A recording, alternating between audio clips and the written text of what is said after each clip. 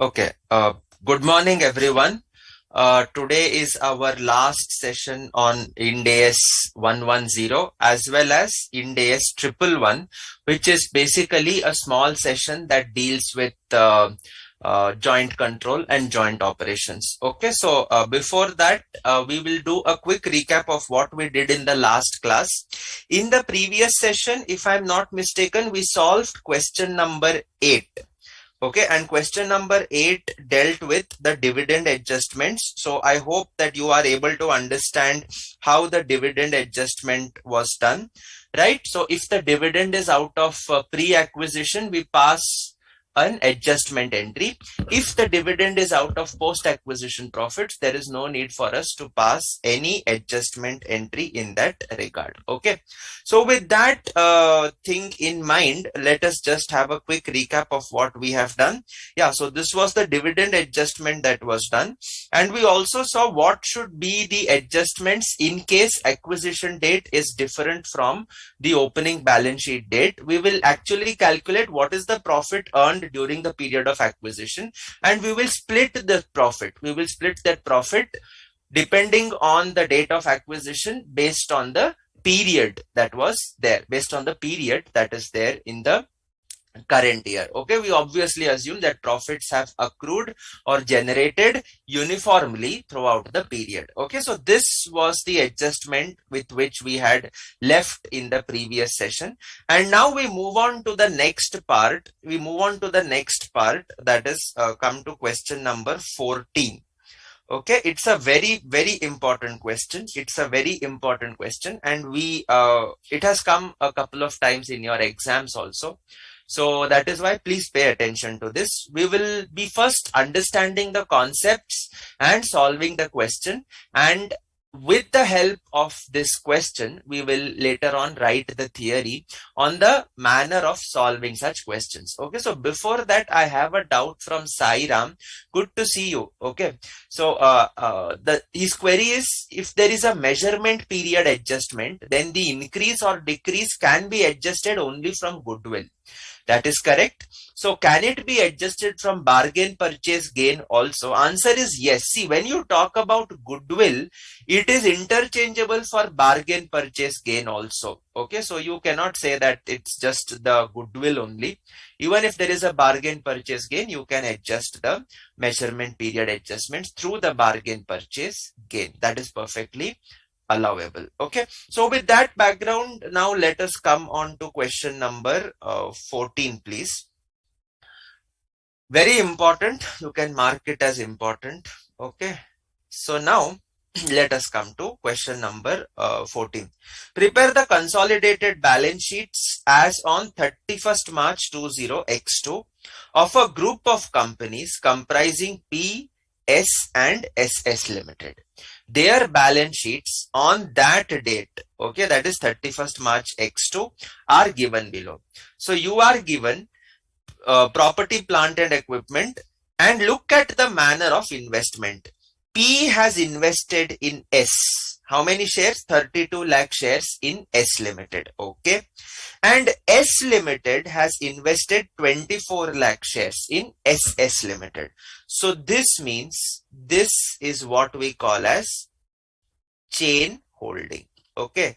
This is what we call as chain holding. What do you mean by chain holding? Parent has invested in the subsidiary and the subsidiary has further made investment in the other subsidiary. So it is like a chain holding where ultimately, if you look directly, parent controls S in this case and S controls SS in this case. But if you look at the actual control, the ultimate parent is P Limited. So P Limited controls S also and P Limited controls SS also. So therefore, when we prepare the consolidated balance sheet, it will be from the perspective of P Limited as the parent. Okay. So P Limited is the parent and we will have to consolidate not only S but also double S Limited. Okay, so that is what we are going to now look into in this question. Okay, then I have current assets, trade receivables, bills receivable, cash in hand and at bank. Equity and liabilities, you have share capital rupees 10 per share. Okay, so this is 60 lakh shares. This is rupees in lakhs. So this is 60 lakh shares, 40 lakh shares, and this is 32 lakh shares. Okay. Why this is important? To calculate the stake, okay. Current liabilities, you have trade payables and you have bills payable. Okay. The following additional information is also available. P Limited holds 80% shares in S, and S Limited holds 75% in SS Limited. So even if this data was not given, could I calculate it? Yes, you could very well calculate it. P is holding 32 lakh shares in S, and the total capital is how much? 40 lakh. So 32 by 40 gives you 80% shares. Okay. Additionally, if you look at SS, it is 24 lakhs divided by 32. 24 divided by 32. So that gives you 75% shares. That gives you 75% shares. Okay. So that is the information given to you. Their holdings were acquired on 30th September 20x1. That means, is it acquisition at the beginning of the year? No, it is acquisition during the year. So we will have to do a prorated allotment in this case, okay, of the profits allocation. The business activities of all the companies are not seasonal in nature. Okay. Therefore, it can be assumed that profits are earned evenly throughout the year. Even if this line was not given, I was constrained to assume the same thing. Okay. However, if they specify that it is seasonal or profits are earned maximum in so and so months, and they give the ratio, you will have to follow that ratio. On 1st April 20x1, is this the date of acquisition? No, this is not the date of acquisition. This is the commencement of the year. The following balances stood in the books of S and SS Limited. What are the balances? Reserves 80 and 60 of S and SS respectively. Retained earnings 20 and 30. 10 lakhs included in the inventory figure of S is inventory which has been purchased from SS. Okay, so S purchased from SS. That means this is an upstream transaction. The ultimate subsidiary is selling to the intermediate parent. So we'll see how to do it. The parent company has adopted an accounting policy to measure non-controlling interest at fair value. Okay, that is the quoted market price. And they have told that assume market values are the same as the respective face values. So you will have to consolidate with this particular information. It has come, this is your study module question. It's also come in your examination. Okay, so let us now proceed to solve this. It's an important one. So you have the formats of question number 14 with you. So now, before we start, the first thing is always P Limited and its subsidiaries draw the balance sheet. The next one is note 1, assets and liabilities. This step also remains the same. So what we will do is, let us quickly take the data from the questions. Okay, so I am having property, plant and equipment 320, 360 and 300. So 320, 360 and 300. So we'll write that first. 320, 360 and 300. Okay, then we move on to the next part. Investments have to be eliminated, so we'll see how to do that. Inventories 220, 70 and 50. Okay, so 220, 70 and 50. The next one is trade receivables 260, 100 and 220. So let us take it here. 260, 100 and 220. And then I'm having bills receivable 72, 0 and 30. Okay, so that is 72, 0 and 30. So just total up the trade receivables. This gives you 332. this gives you 100, and this gives you 250. We'll see whatever adjustments are there later on. Next, you move on to cash in hand, and at bank, I'm having 228, 40, and 40. Okay. So 228, 40, and 40. Trade payables is 470, 230, 180. 470, 230, 180. So 470, 230, 180. And finally, bills payable 30, 70, rest are all 0. Okay. So 30, 70, this is 0. So the first step is the same. Copy the data as it is without making any changes. Copy the data as it is without making any changes. The other adjustment, the next step, that is note number 2, equity share capital. Ultimately, we are consolidating the capital of the parent. So there is, we are consolidating the balance sheet of the group where P is the parent. So therefore, the share capital of the parent only will come. So how much is P's capital? That is 600 lakh. That is 60 lakh shares of rupees 10 each. So let us take this. So 60 lakh shares, 60 lakh equity shares of rupees 10 each,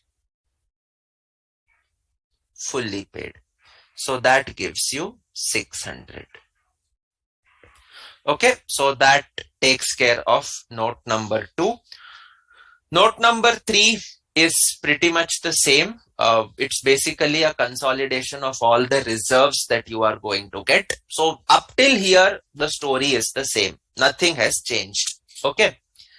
So as of now, we should be completed with this. We now move on to the next part. Our normal working note 1 would be consolidated other equity. Working note 2 would be COC account. Working note 3 would be NCI account. But in this case, we will be having an additional working note. That is my stake calculation. That is my stake calculation. Okay. So just pay attention.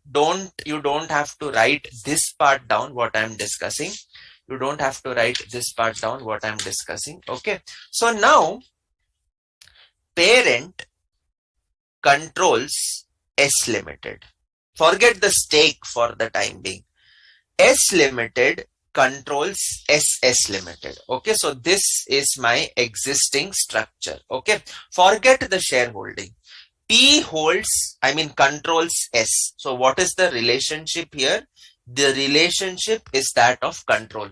When I talk of control, it is Ind AS 110 control. That is ability to direct the activities of S, exposure to variable returns, and linkage between the ability and the returns. Okay.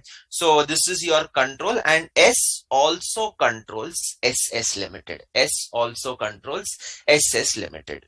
So now I would like to ask you, what do you think? Does P control SS Limited? What is the relationship between P and SS? What is the relationship between P and SS? Okay. So now, what do you think? Sir, P controls S. P controls S. We will check that. Shimona. Yes, it will go to the COC. We will see how to exactly do the apportionment. Okay, we will check. So now, coming to this, what do you guys think? Does P control SS? You will say, sir, how can we tell? Apne to stakes likhe hi nahi hai. You have not written the stakes. So first case, I will keep it very simple. Okay, we will look at various possibilities. So case 1, P in S is 100%. S in S is 100%.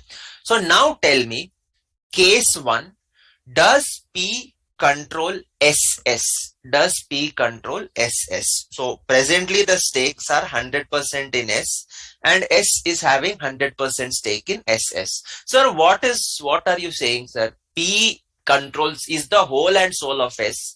S is the whole and soul of SS. So can I say that P is like a grandparent of SS? Yes, and grandparent controls the grandchild, at least theoretically, and therefore does P control SS? That is the question. Does P control SS Limited? That is the question. Okay, answer to this question is a resounding yes in the first case. No doubt here. Okay. We then move on to case 2. P is holding in S 80%. P is holding in S how many shares? 80%. S is holding in SS how many shares? 75%. This is exactly what is my question. Okay. So now the query is, does P control SS? Does P control SS? Okay. So now this question you will have to answer. What do you guys think? Does P control SS in this case? Okay. And finally, we take another case, case 3. P holds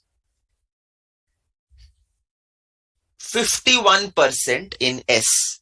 S holds, let me round it off, 60% karte isko. Okay.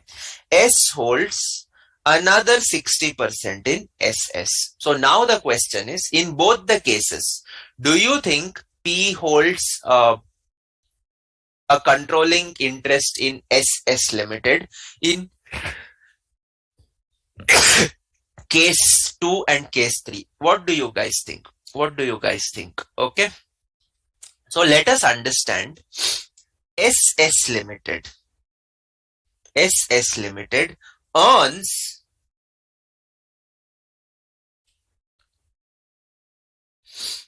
suppose SS Limited earns rupees 100. This profit of 100 belongs to whom? Sir, this profit of 100 belongs to its parent, that is S Limited, and it belongs to the NCI. Absolutely right. No doubt in this. So now in case 2, S Limited is going to get how much? 75%. So that means out of 100, 75 belongs to S Limited and 25 belongs to NCI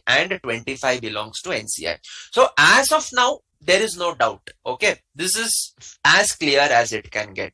But now if you move one step further, out of this 75, P and NCI of P are also there. Yes.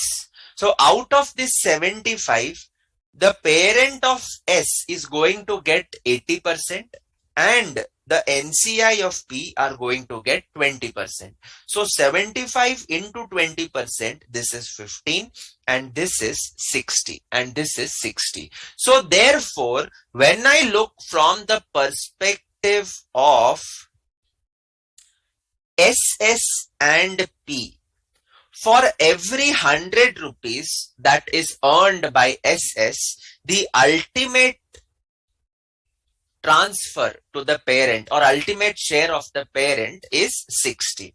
So can I say that 60% is the stake of P in SS? Answer is yes, absolutely right. So we had studied that more than 50% tends to control, and therefore parent's stake in SS is 60%, and therefore there is a controlling stake here. So this is what is going to be our thought process. However, case 3 starts to get interesting. Okay, this was case 2. Let us now look at case 3. Okay, where the stakes are not what is given. It is 60 and 60. So 60 will go to S and 40 will go to NCI. And now parent is holding 60% and NCI will be 40%. So now the question is, 60 into 60%, 36. Okay. And this is going to be 24. So when I look at the ratio, it is going to be 36 by 100, that is 36%. And now you will have to answer me depending on two things. The definition of control, which you would have studied when you did Ind AS 103. Base your answer on that, and whatever questions we have been doing so far, based on the understanding, in case 3, I want you to tell me, does P control SS Limited, or will you say P does not control SS Limited because the holding is, the ultimate stake is less than 50%. I want you to think and answer this. Okay. Thank you, Shimona. Thank you. Okay. So now tell me, Sairam gave the answer for the earlier one. Okay. Now tell me, in case 3, what do you guys think? Case 3.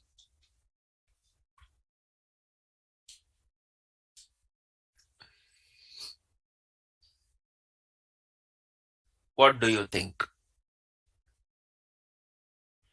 Shimona is saying P does not control SS in the third case. Any other answer? Sheena, Jain, Sairam, I need your answers. Okay. Shimona said yes. I mean, no, it does not. What about Sairam? What about Sheena? Mahinder, if you are there. Jay Srivastav is not watching. Vidula, if you are there. Tanushri. These are the guys who regularly watch. So, what do you guys think? Come on, I need your answers. P still controls SS Limited, but it will have a share in the profit. Okay, so this is Sheena Jain's answer. She's saying P will still continue to control SS Limited. It will have a share in the profit. Okay, that is another answer. So I need somebody to chip in. Sairam is saying P is not controlling because majority share is in, because it does not hold a majority share in SS Limited. Okay. So I got all the 3 answers from at least the 3 who are watching. Okay. So now let us proceed to understand what will we do when this is the case. Is there a thumb rule that 50% is the controlling stake? Uske niche hoga, that means control does not exist. Or is there any other way we can understand this question? If I were studying AS 21, that is the AS regime, I would stick with the answer given by Shimona and Sairam. Because Shimona and Sairam have rightly said that there is no majority stake. There is no majority stake. My stake is below 50%, and therefore I cannot consolidate SS Limited in P Limited. Okay. So this is the position as was under AS 21. Now understand what do we mean by control. P, S and SS. Can I say that the parent will decide what S Limited should do? Yes, sir. The parent will decide what S Limited should do. Why it will decide, sir? क्या बात कर रहे हो? उसका controlling stake है ना? P का S में controlling stake is there. What do you mean by controlling stake? Is it more than 50%? Answer is no. When I talk about control, it is the Ind AS 110 definition of control. And what Ind AS 110 definition of control says? It says that as long as you meet those 3 conditions, okay, that is ability to direct the relevant activities, okay, exposure to variable returns. This is the second part. And the third part is linkage between the power as well as the exposure to variable returns. You are able to use the power to influence the variable returns. So when I talk about the definition of control, this is Ind AS 110. This definition of control held that first one there has to be a power to direct relevant activities. Power to direct relevant activities. Okay. The second part is exposure to variable returns. Exposure to variable returns. And third one is linkage between 1 and 2. That is the ability to use your power to affect the variable returns. If these three things are there, then it can be said that control as defined in 110 exists. Nowhere, I repeat, nowhere in Ind AS 110 we talk about a controlling stake. We talk about a controlling stake. So coming back with this definition, do you think that P controls S? Yes. Academically, I told you more than 50%, but practically, what do you actually see is whether these conditions are fulfilled. So are they fulfilled? Yes. So the relationship between P and S is that of a control, Coming to S and SS, how is this relationship? What do you think about this relationship? Sir, this is also control. See, control primarily stems from your stake or your shareholding, but that is not the ultimate indicator. Okay. So primarily S is holding a stake in SS and it is controlling SS. So now, can I say that P will tell S how it has to take its decisions, in what manner, what should be the decisions. S will tell SS how the activities of double S should be affected.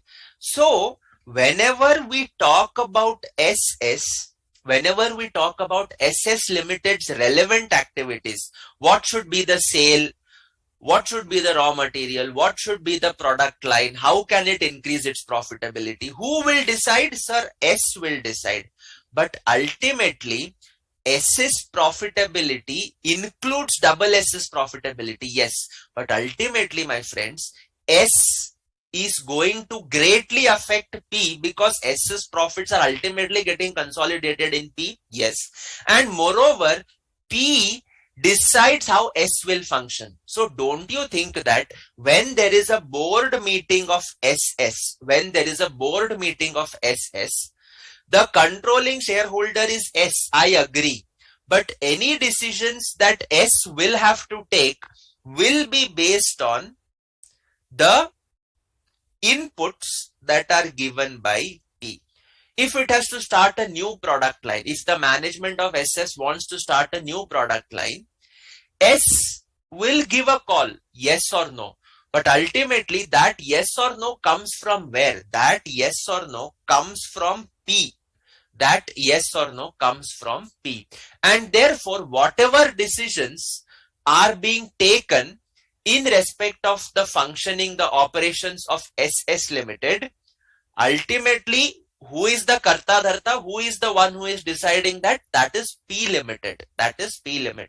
And therefore, regardless of the stake, my friends, tell me now, what is going to be the relationship between P and SS? Do you think control exists or do you think control does not exist now? Come on, tell me. Do you think control exists or do you think control does not exist? What do you think? Come on.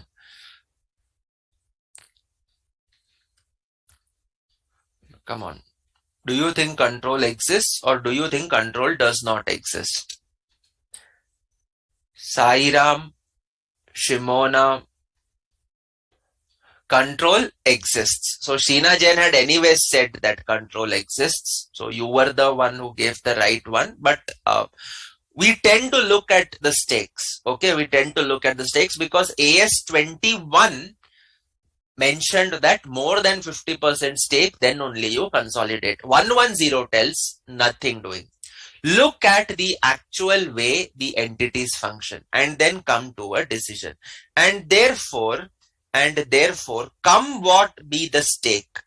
If P controls S, S controls SS, it means that there is a control of P over SS, and therefore do you have to consolidate? Yes, you very much have to consolidate. You very much have to consolidate. So this is how you are going to interpret. This is how you are going to interpret. Okay.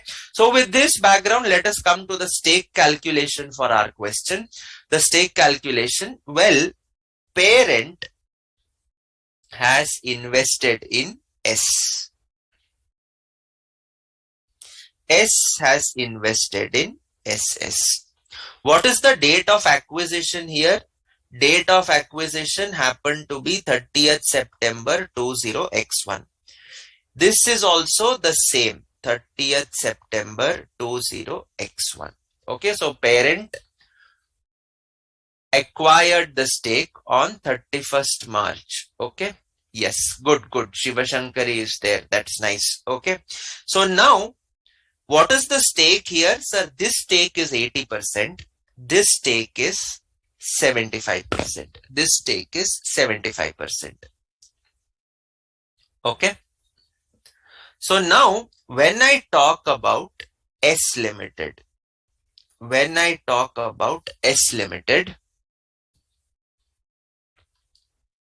parent has 80% share and NCI has 20% share. NCI has 20% share.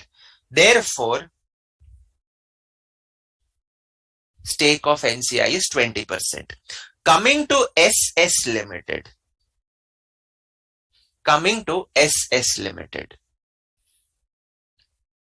P,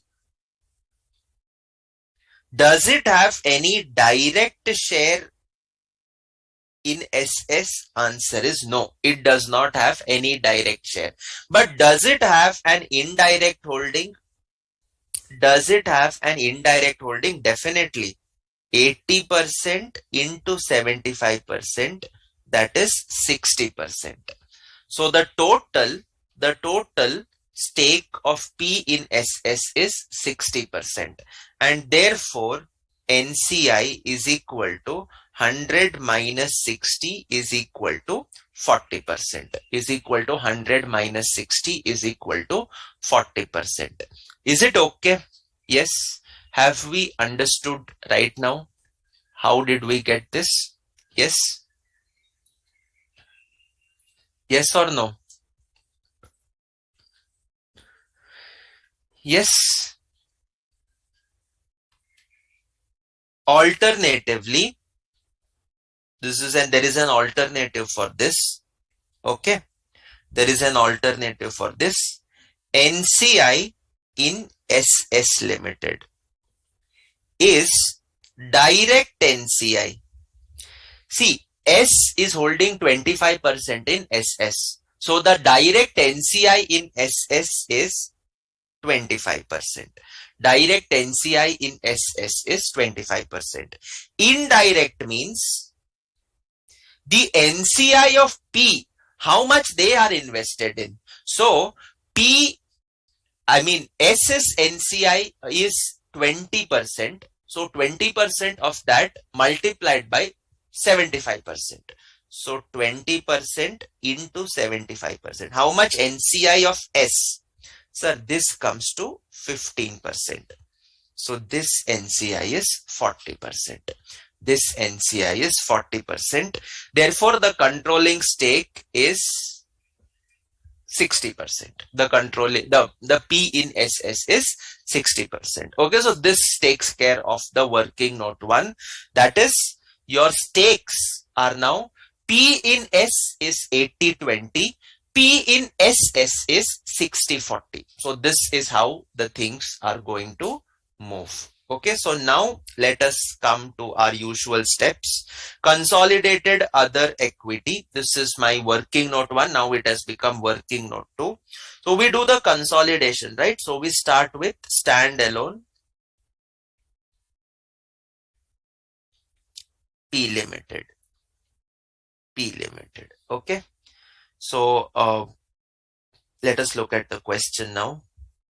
Here there is no change. So this is 180 and 160. Okay. So this is 180 and this is 160. Okay.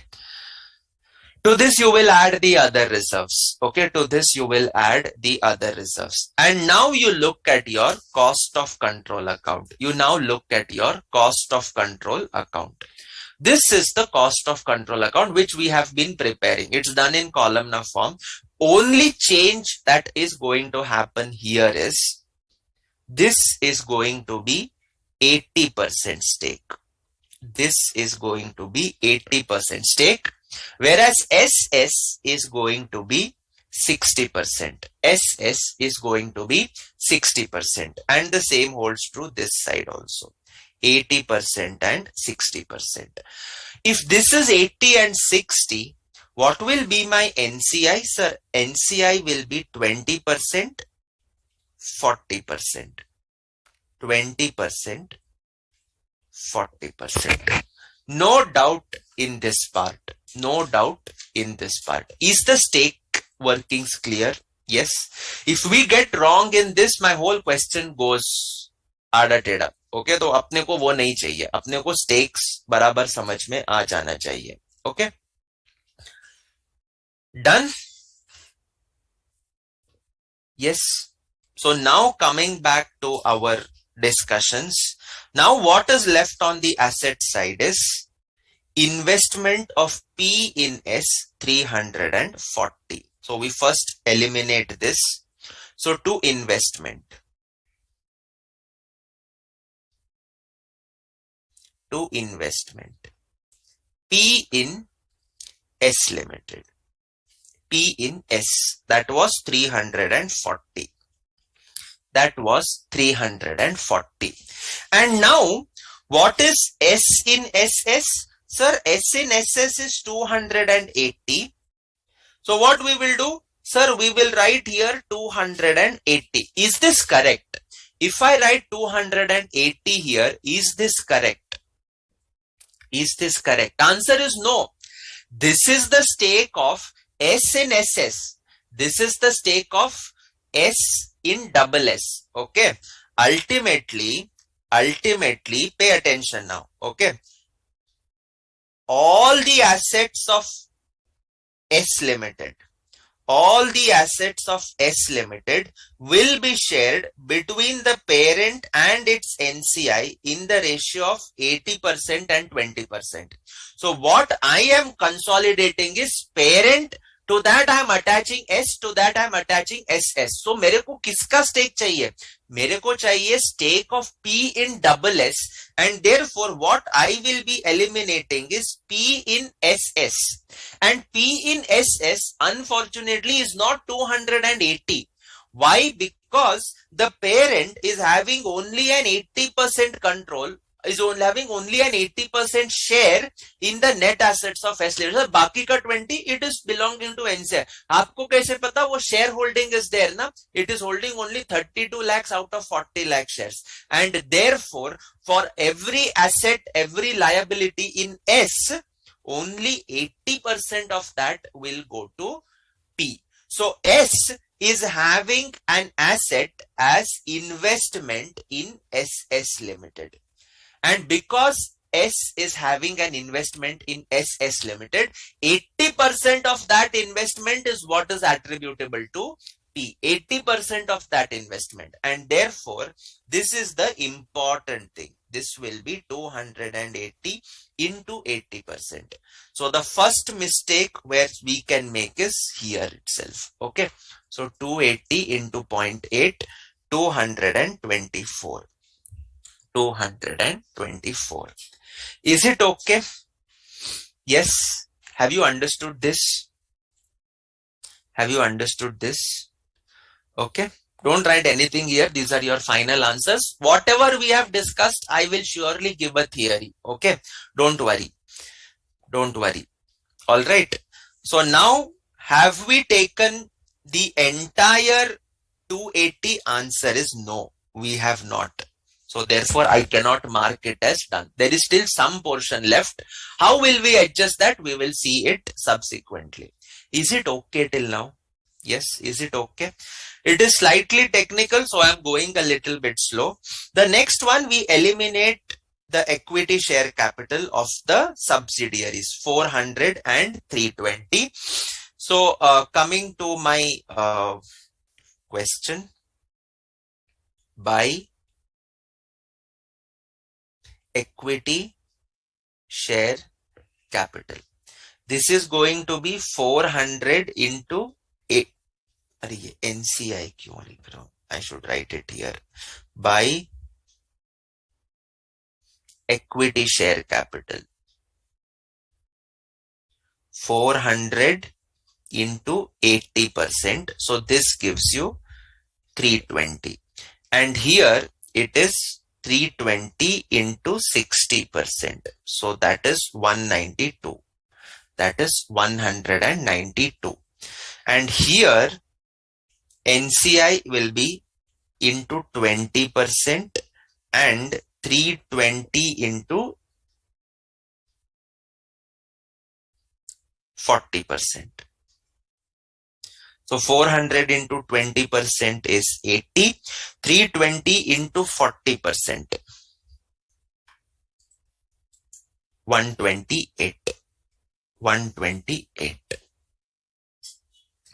Have you understood this? Have you understood this?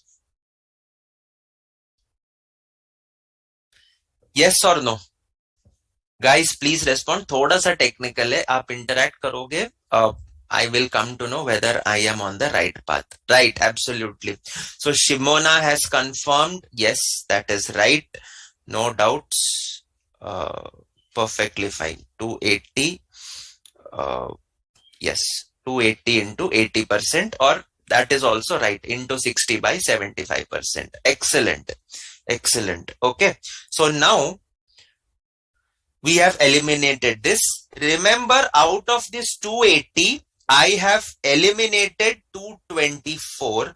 How much is left to eliminate? 56 is left to be eliminated. This is gone now. Okay, in my COC. Effect is left for this 56. We will see what we need to do for this 56 later on. Okay. Coming to the next part, the reserves, that is 180, retained earnings 50, 60. Am I given the reserves on 1st April? But is my date of acquisition 1st April? Answer is no. My date of acquisition is 30th September. So we will have to do the working based on that. Okay. So coming to my question, working note 5, analysis of other equity of S Limited we will do separately. SS Limited we will do separately. Okay. So S Limited, what is my reserve balance?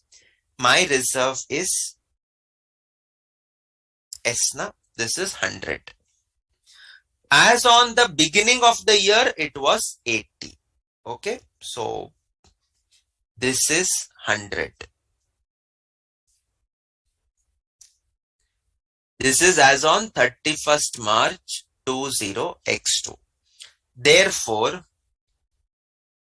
increase in reserves during 20x1x2 is equal to, closing is 100, opening was 80. So the increase is 20. The increase is 20. Ultimately, split is going to happen of 100. This split of 100 will be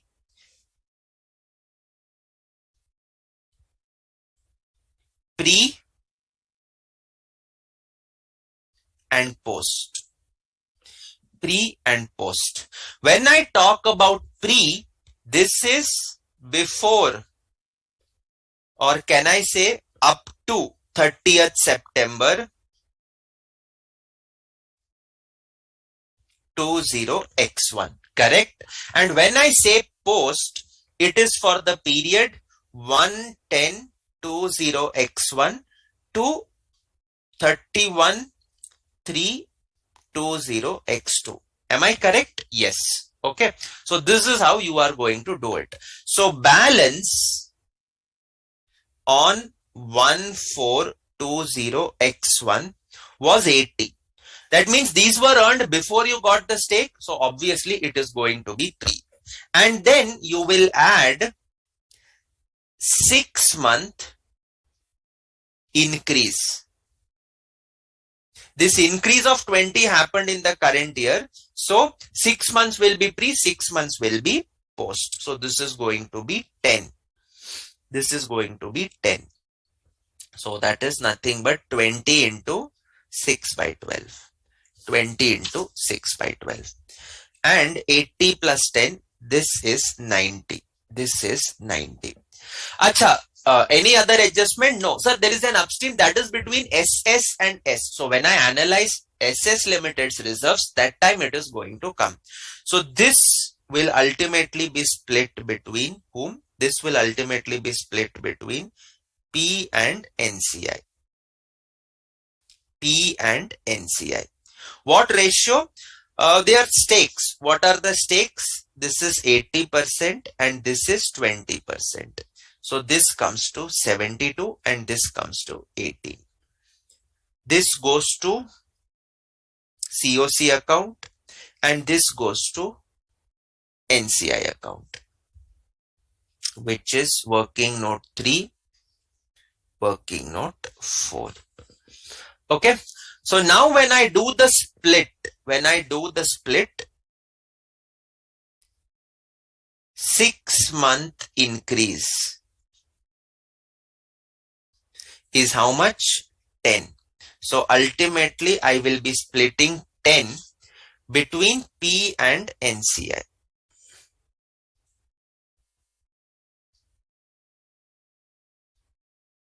P, NCI. 80%, 20. 8 and 2. So this gives you, this goes to working note 2, that is consolidated P&L में share में चला जाएगा, and this goes to NCI account. Working note 3, sorry, this is working note 4 and this is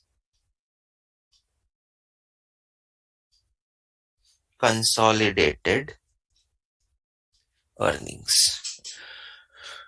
Okay. So reserves, only this was there, nothing else.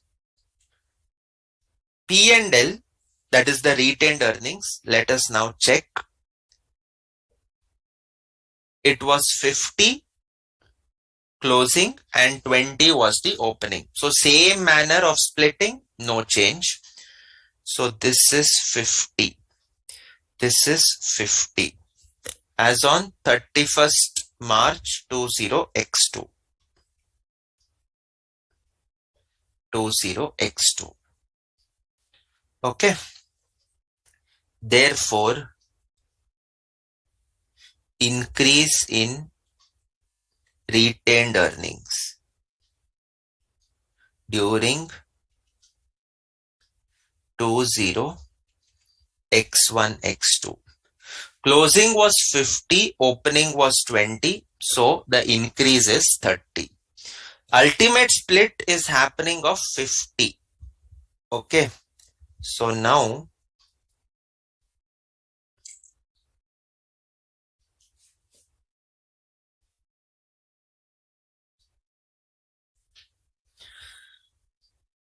pre, post. Pre means up to 30th September 20x1. Post means 1/10/20x1 to 31st March 20x2. Fair enough. So now balance on 1420x1. How much does that come to?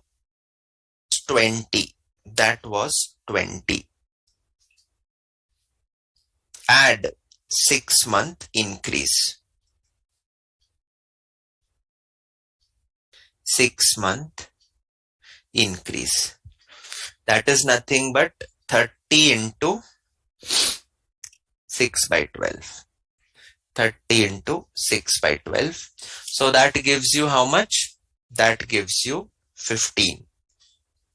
So this is 35. And this will be split between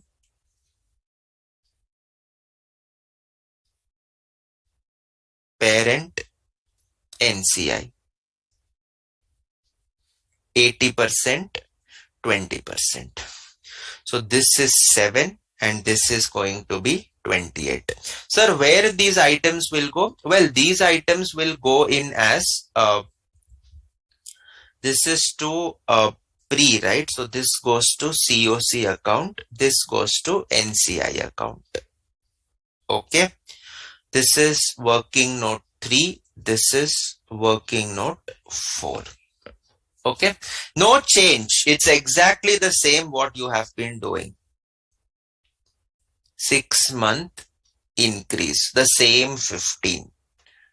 So I will be apportioning 15.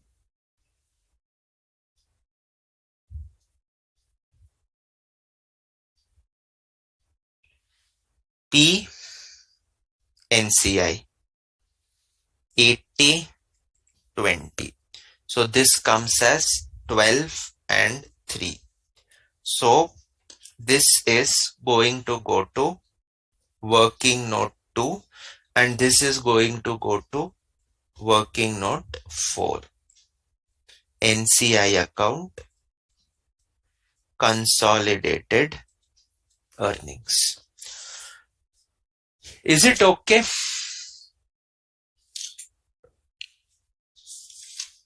Yes.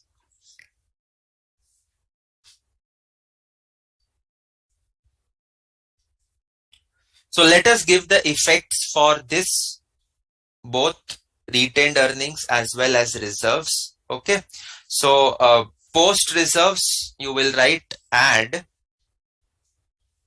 share in post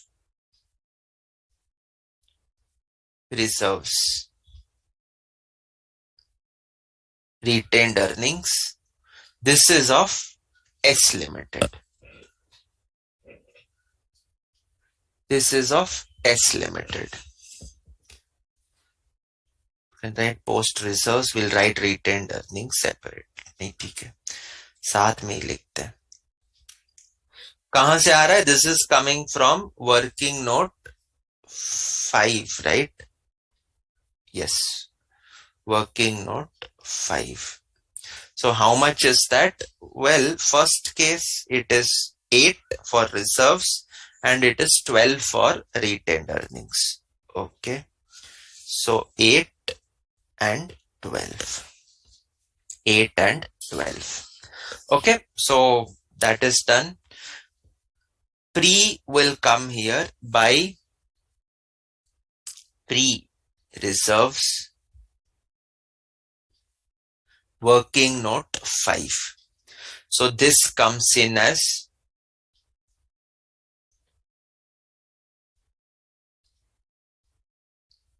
72 in the first case and 28 in the second case. 72 by pre-retained earnings. Retained earnings. Working note 5. So this is 28. This is 28. Okay. Have I given effect to the parent share? Yes. So now to the NCI share by pre-reserves. Working note 5 by pre-retained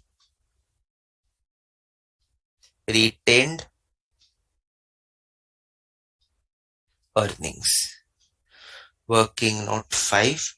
So this was 18 and 7.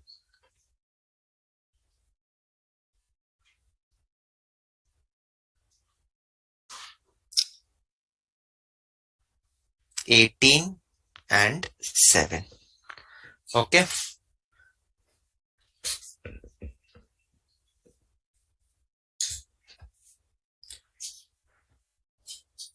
All right. We are given that NCI is measured using the fair value. So we will see the effect of that later on. That is why I am not giving effect to the post NCI immediately. Okay, I am keeping it on hold. So abhi tak what all have we given effect to? 72 is done, 18 is done. This 8 also is done. And here also 28, 7 and 12. So what is left is giving effect to NCI. Okay, so now coming to the analysis of reserves of SS Limited. Analysis of reserves of SS Limited. First one is reserves. When I talk about reserves, my closing reserves was 80 and opening was 60. So increase is 20. Okay, so same working.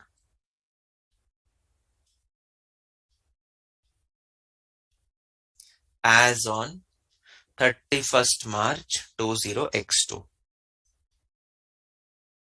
Increase in reserves during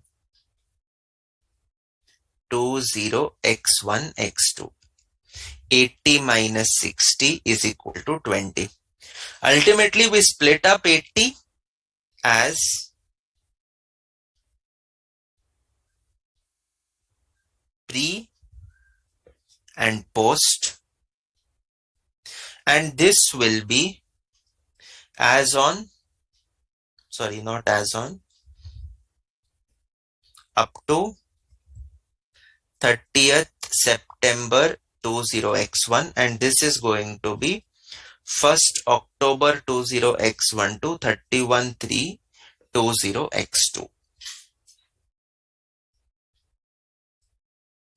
Balance on 1420x1 was 60. Add 6-month increase. 20 into 6 by 12. So this is 1070. And this is SS Limited's reserve. Will I split it between S and NCI? Answer is no. You are consolidating with P. So you will split between P and NCI. Okay. But what ratio will I split? 75-25? Answer is no. P stake is going to be 60%. And therefore NCI stake will be 40%. So this comes to 42 and this comes to 28. Where will these items go? This goes in COC account, that is working note 3, and this goes in NCI account, that is working note 4. That is working note 4. 6-month increase in this case is 10. So we will have to split up 10 between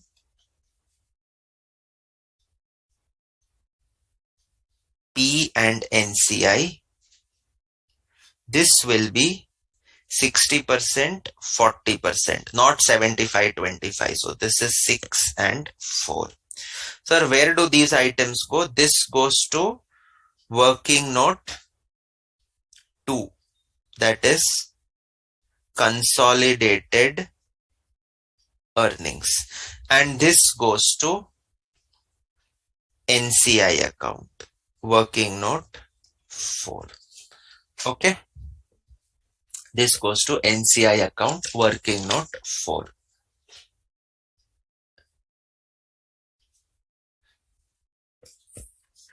Is it done? Yes.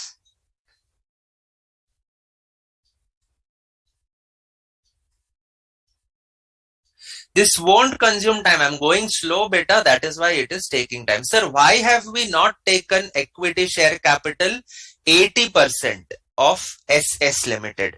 Look at the splits, Sairam. Okay, look at the splits. Okay.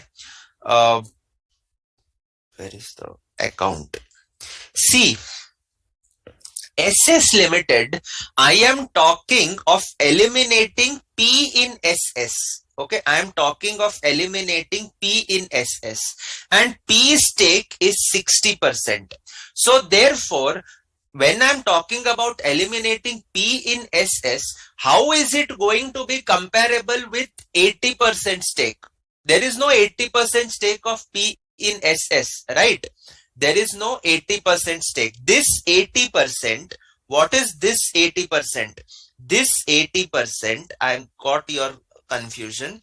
This 80% stake is, this 80% stake is share of P in assets of S, and assets of S includes investment in SS. Okay, so that is this 80%.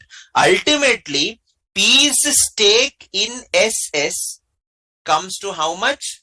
60%, and therefore we are eliminating equity capital of 60%. Okay, we are eliminating this of 60%. Is it okay? Yes. See, as you practice, you will automatically start to save up on time. I'm going slow because it appears to be a little complex. I'm not hurrying up. Okay, I know I'm a little slow, but I hope that you are able to follow. Coming now to retained earnings. Coming now to retained earnings. What is the balance? The balance is 60, and it was 30 at the beginning of the year. So this is 60 as on 31st March 20x2. So increase during 20x1 x2 is equal to 60 minus 30, that is equal to 60. So ultimately we split it up between pre and post. Pre, that is up to 30th September 20x1, post 110 20x1 to 31st March 20x2. Balance on 1420x1 was 30. Add 6 month increase. 6 month increase कितना होता है? 30 into 6 by 12. So this gives you 15. So 30 plus 15 gives you 45. So we split this up between P and NCI. All right. There is a post acquisition adjustment also on account of upstream transaction. So let us calculate that. What have they said? 10 lakhs included in the inventory figure of S Limited is inventory which has been purchased at cost from SS, cost plus 25%. Okay. So sale from SS Limited to S Limited, right? Cost plus profit is equal to selling price. If cost is 100, profit is 25, selling price is 125. And therefore, in our case, inventory is worth 10 lakhs. So what will be the profit element in that? The profit element in that is 10 into 25 by 125. So profit element is how much? This is 2 lakhs. All I did was cross multiply. Okay. So profit element is 2 lakhs. We will have to eliminate this 2 lakhs. Where is this profit included? Sir, this profit is included in inventory. And the other effect, this is included in the reserves or the retained earnings of SS Limited. So we will have to adjust. Is it pre or post? Nothing is given. We will take it as post. So the entry will be post retained earnings debit to inventory. This is whose retained earnings? SS Limited to inventory of S Limited. Okay, so this is 2. Where will the items go? What are the effects? Well, this goes to working note number 6. This goes to working note number 2. If I am not working note 2, this goes to note 1. Note 1. Okay. So let us give the effects. 6-month increase was 15 less unrealized profit. Unrealized profit. Working note 7. So this was 2. So 15 minus 2 gives you how much? That gives you 13. And this 13 we shall now split it up between P and NCI. P and NCI. Okay. In what ratio? 60%, 40%. 60, 40. 60, 40. Okay. So that comes to how much? 45 into 40%. That gives you 18. 45 into 60% gives you 27. 13 into 40% gives you 5.2. 13 into 60% gives you 7.8. Where will these items go? Pre will go to COC account, that is working note 3. 18 will go to NCI account, that is working note 4. This goes to working note 2, that is consolidated earnings. And this goes to working note 4, that is NCI account. That is NCI account. Okay. So I have given effect. I have completed the workings of reserves and retained earnings of both the companies. And now let us proceed to give the effects.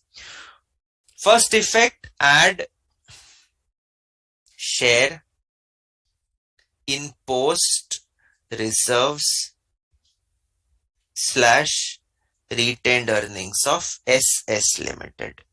From where am I getting? I'm getting this from working note number 6.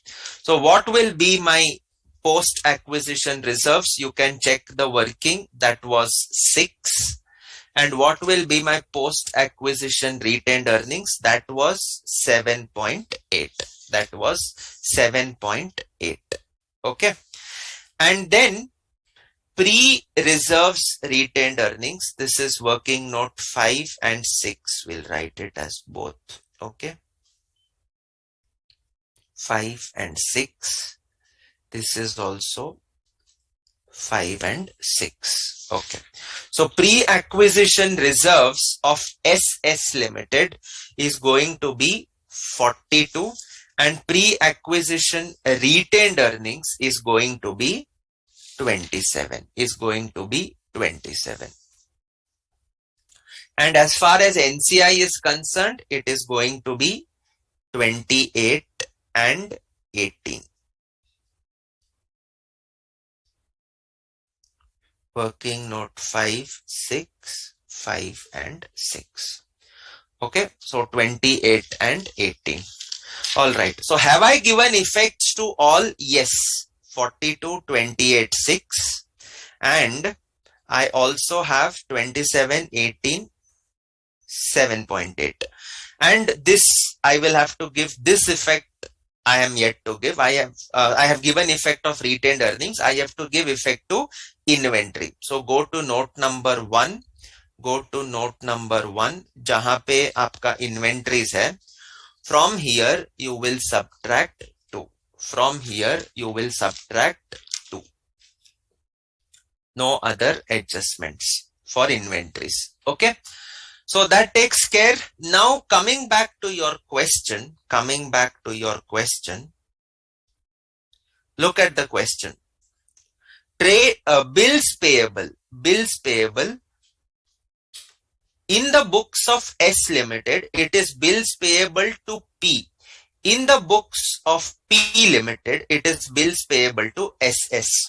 And when I look at bills receivable, it is obviously going to be the cross effects. But sir, yahan pe it is 70, here it is 72. Why? That too will be some other entities. No, that too will be some other entities. So therefore that may be the outsider. So we will have to eliminate to the extent of 70 and 30. We will have to eliminate to the extent of 70 and 30. वो हम eliminate कर देते हैं अभी. We will eliminate that right now. Okay.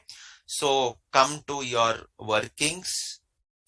Working note number 6 is done, which was important. We will write here a small note. It's not needed, but we will just write bills elimination. Bills elimination. As this post retained earnings, you can write it as assumed. Okay, no other information is there. So bills elimination, you can write down as per the given balance sheet, comma, bills payable to P and SS are 70 and 30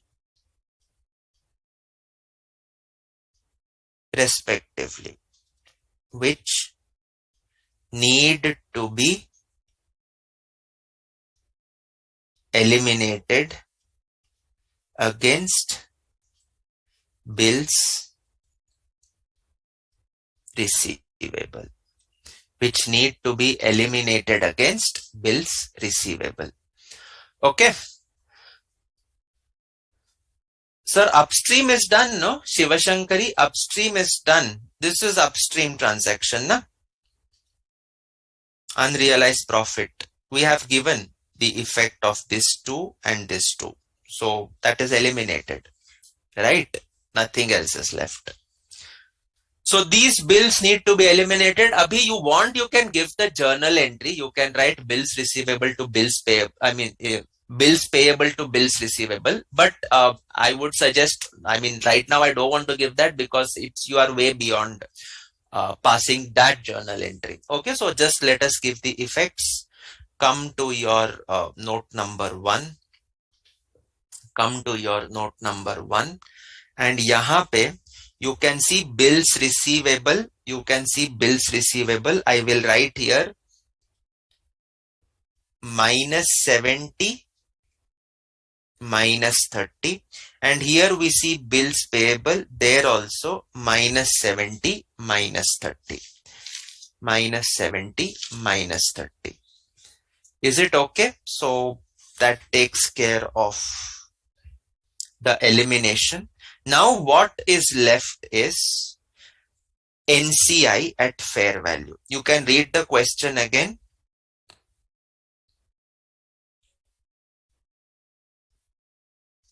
The non-controlling interest is measured at fair value applying Ind AS 103. Achha, this will be measured when? Sir, this will be measured on the date of consolidation or date of acquisition. Sir, this fair value is as on the date of acquisition. Uske baad whatever movements are there in NCI, it is only due to the share in the profit. Otherwise, the NCI at proportionate share, NCI at fair value is exactly the same throughout the period of consolidation except for the date of acquisition. On the date of acquisition, if you are following NCI at fair value, that is going to be based on the fair value. Okay. So in this question, it is on fair value and they have given you that fair value is equal to the face value. Okay. So you can write down, it is given that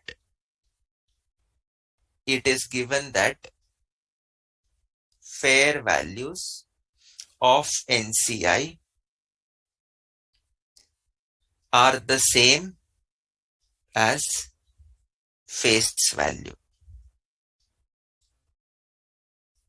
The total face value of shares of S and SS is 400 lakhs and 320 lakhs respectively. Therefore, fair value attributable to NCI in S Limited. S Limited NCI is 20%. So this is 400 into 20%. So that is 80. S Limited 320 into 40%. This is P in SS. So P was having 60% stake. So NCI will be 40% stake. So 320 into 40% gives you 128 lakhs. 128 lakhs. Okay. So give the effect to this. Sir, kahan effect jayega? Go to NCI account which you have prepared. Pre-acquisition part. Okay. Pre-acquisition part. I will now be having to balance carried down. To balance carried down. 80 and 128. But now you balance this NCI account. Now you balance this NCI account. You should be left with 80 plus 25. This is 105 total. This is 105 total. 128 plus 28 plus 18. So that gives you 174. This gives you 174. So balance this. This comes to 25. And this comes to 46. To capital reserve. What is this capital reserve? Attributable to NCI. This capital reserve is attributable to NCI. So now that takes care of the NCI account first part. Then bring forward the balance. By balance brought down 80, 128. And now give effect to post reserves. And post retained earnings. Working note 5 and 6. Post reserves 2 and 4. And this is going to be 3 and 5.2.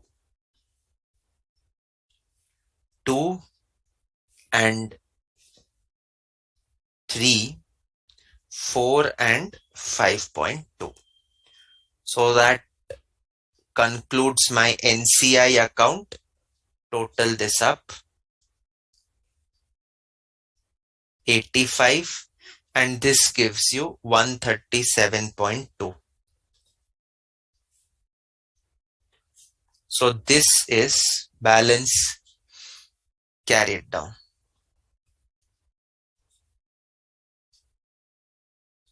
To balance carried down. 85 and 137.2. 85 and 137.2. Sir, are we done? Are we done? Yes, you can say. So now balance the COC account also.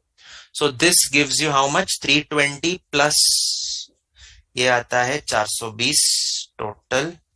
192 plus 42 plus 27. So that gives you 261. 261. So this is 80 and this is 37. To capital reserve. To capital reserve. Okay. So are we done? Are we done? Answer is, let us have a look at our question. Let us have a look at our question. Have I shaded all the items? Yes, sir.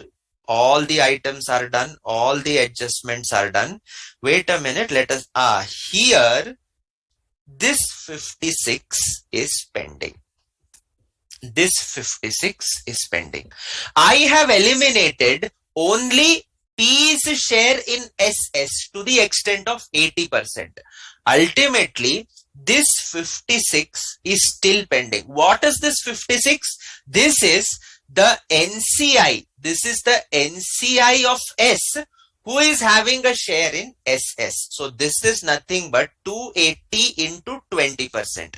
See, P is holding 80% in S. That means NCI of S will be 20%. So this is their share. This is their share.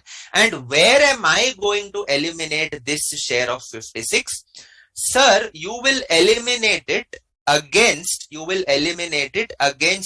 NCI that you have calculated. You will eliminate it against the NCI. What is that? That is NCI's share in the investment of S in SS. So ultimately it relates to NCI. You have gotten the NCI figures here, 85 and 137.2. So from here I will eliminate the investment of S in SS. Whose investment? Investment of NCI of S in SS. Okay.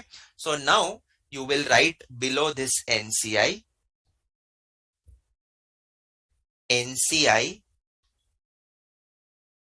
appearing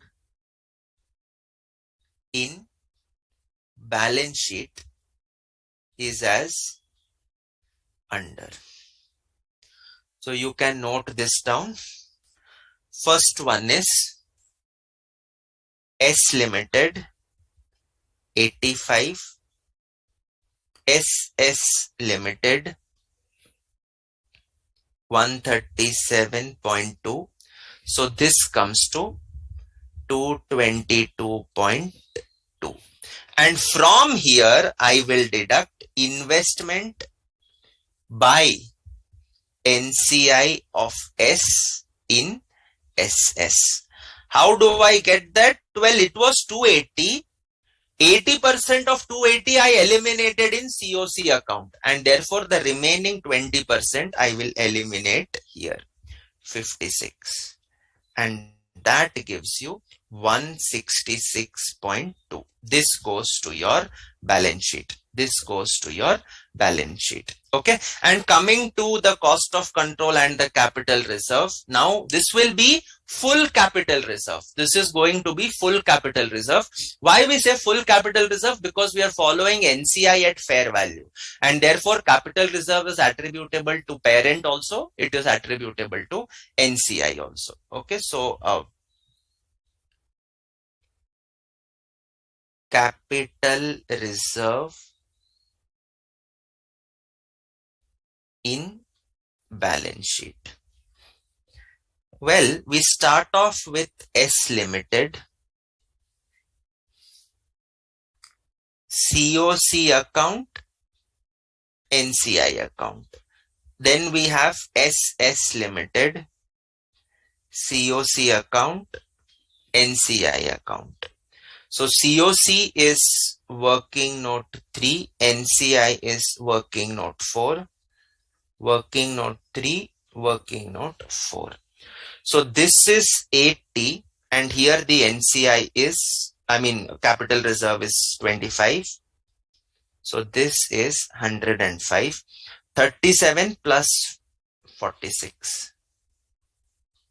So this comes to 83. So the total comes to 188.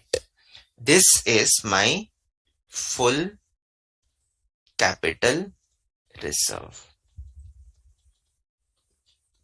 This is my full capital reserve. And with that, we are done with the question. Okay, so total of this part. So this comes to 180, 14, 194. This is 160 plus 19, 179.8. 179.8. So now coming to my other equity, I will be having consolidated reserves, consolidated retained earnings. So that is both coming from working note 2. This was 194 and this is 179.8. And finally, I'm having capital reserve, which is coming from my COC account and NCI account together. So that is 188. Yes. So total this up. You don't have goodwill in this. You have capital reserve instead. So that is 194, 179.8 and 188. So this comes to 561.8. Note 3, Note 2, Note 1. 320, 360, 680, 900, no adjustment. This is 980. 220, 120, 340 minus 2, 338. Trade receivables 260, 360, 460, 560, 580. This will be 2. Total here is 582. Here I am eliminating minus 100. Okay. All right. Then 228 plus 80, that gives you 308. 470 plus 230, that is total. Now this comes to 880 and this is 0. And now we take these figures to the consolidated balance sheet and then we pray to God that may all our sins be forgiven and let us get a tallied balance sheet. Okay. So 980 and this is goodwill is 0. This is from note number 1. Inventories note number 1. Trade receivables, all this from note number 1. Inventories 338. Trade receivables 582. Cash and cash equivalents 308. So that leaves us with 980, 338, 582, 308, 2,208. Coming to equity share capital, this is of the parent. The parent's was 600. Other equity was 561.8 and NCI was 166.2. So NCI is coming from working note 4, whereas equity share capital note number 2, other equity note number 3, trade payables note number 1, this is 880. Okay, so 600, 561.8, 166.2, 880. And finally, that concludes our question. That concludes our question. Is it okay?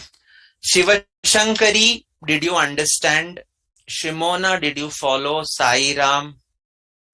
Sir, what about NCI's share of NCI in SS investment? We have done that. Okay, we have done that. Excellent. Are we required to give, okay, so now are we required to give a separate note? Ideally not needed, Sheena Jain. Ideally it is not needed. Okay, you can directly give effects in note 1. The examiners will understand that you have eliminated. But elimination is important. Okay, you cannot keep the elimination, we cannot keep without eliminating. देखो balance sheet will tally because you are not subtracting 100 from the assets, 100 from the liability. So balance sheet will be 2308, 2308. But that is, I mean, 2308, 2308. But ultimately, that is not a right balance sheet because intercompany balances are there which need to be eliminated. Okay. Sir, you have not taken post-acquisition reserves. I took that. No, now that is what I took that. All right. I did not see your queries. I was busy doing it because I have taken the post reserves later on. Okay.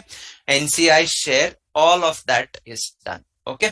Why did I do this NCI in this manner is because I needed the capital reserve attributable to NCI. Remember the very first day when we had done the question, we had balanced the NCI and found out goodwill attributable to NCI. That is why whenever NCI is at fair value, you will first do the balancing of NCI after considering only the pre-acquisition retained earnings. The balancing figure at that stage is going to give us the capital reserve or goodwill attributable to NCI. Later on, you allocate the post reserves and take the balance to the NCI account. Is it clear, everyone? Is it clear?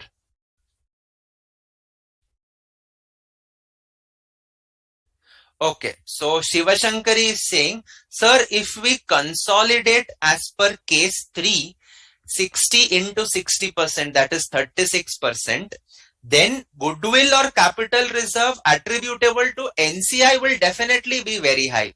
It will definitely be very high. But see, we are not going to be worried about what will be my goodwill or capital reserve and all. See, in fact, if it was an AS21 question, we would not have consolidated in the first place because that is a rule-based approach. Yahan pe we are more about, do I actually control SS Limited? Answer is I do. I very much do. And therefore, we do the consolidation. That is why in AS21, we used to term it as minority interest. Why? Because you can consolidate only when you have a majority stakeholding. That is why usko hum log bolte the minority interest. Here it is not the case. Here we do not term it as minority interest. You can still be in the minority and have a control over the entity. So that way Ind AS is quite flexible. So they have not taken the words minority interest. They have taken the words non-controlling interest. Okay. Non-controlling interest. Okay. So that concludes this question. It is so lengthy sum. Lagta hai Sairam, it appears lengthy because I did it slowly and I did it very slow compared to the other questions which we have done. I have done it very slow because I wanted you guys to understand this part. Okay. The adjustments were a little bit here and there tricky, but I wanted you to understand. So I hope that I have achieved what I intended to. Okay. And now we shall proceed to write the theory on chain holdings. We shall now proceed to write the theory on chain holdings because this theory will now help you. I mean, the problem that you have done will now help you to understand the theory automatically. Okay. But don't worry. With practice, any consolidation question, my friends, you have to understand, don't invest more than 30 minutes of your time, half an hour. Okay. Ideally 25 minutes, but maximum half an hour. Okay. From drawing the formats till all the working notes, posting the figures in the balance sheet, everything should be done in half an hour. So try to get that speed through continuous practice. Try to get that speed through continuous practice. Okay. वो करना पड़ेगा अपने को. All right, you have to do it. Otherwise, if you start to invest 1 hour for this, you may get a tallied balance sheet. But you know what? The cost of tallying the consolidated balance sheet is very expensive because we are going to suffer the remaining 85 marks. This comes for about 15 to 16 marks max. Okay. So the other 85 marks will suffer if you invest a lot of time here. Okay. So be very mindful when solving. Okay. So coming to theory, this was last adjustment we did was acquisition date different from opening balance sheet date. We shall now give the heading number 10, chain holding. chain holding. Okay. So first thing what we did was assessment of control. That is the stake calculation. Assessment of control.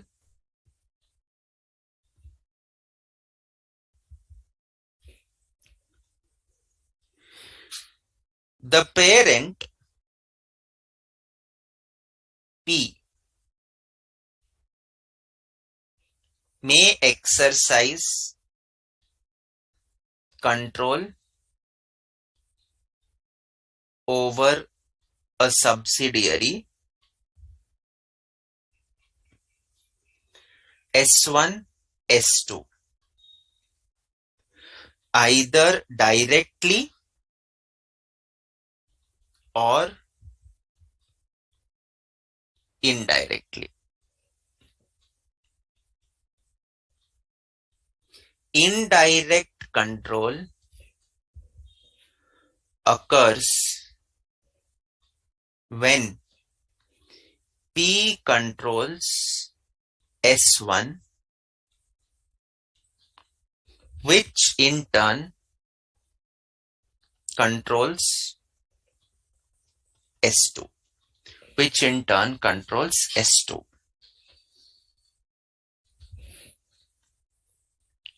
For assessing control, comma,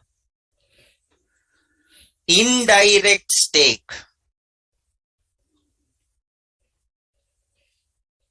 held by P in S2 is irrelevant. So we were talking about majority, minority, all of that is irrelevant. Okay, indirect stake of P in S2. In our case, P in SS, it is irrelevant. Instead, comma, control stems, that is originates from power which is determined based on voting rights. Which is determined based on voting rights. Okay. So P S1 has control, say 70%. S1 over S2 control 60%. Therefore, P's effective stake in S2 direct is 0, indirect 70 into 60. So that is 42%. So total is 42%.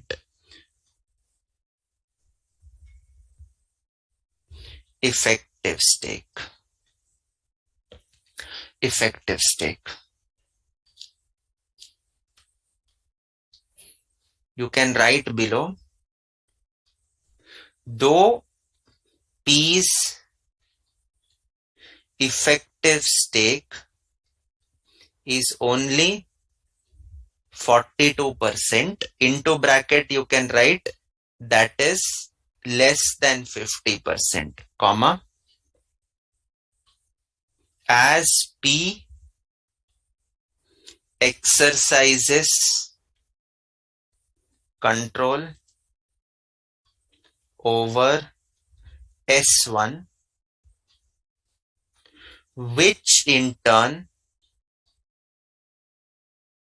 controls S2, comma, P can direct S1 to vote for its entire stake of 60% in S2 in a manner it means P Limited, in a manner it desires, and hence P controls S2 despite having only 42% stake. Okay, so just note this down. So first part, assessment of control. Very much, Sairam. You need to draw the format of balance sheet and other workings. Very much. Otherwise, you will lose out on the marks. Okay. I did the balance sheet in the ready-made format to save up on time. Okay, because we had only 6 classes. I still have to complete purchase of additional stake, sale of stake, joint arrangements. Okay, so we still have a couple of things to do and exemptions from consolidation. But this was the longest part. So I thought that let me do this when you are fresh.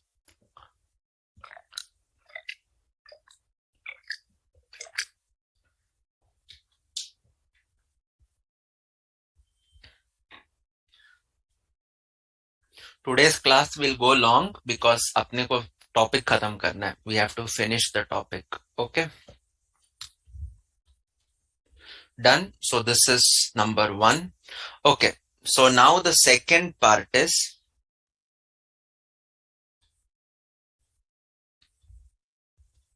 determination of NCI.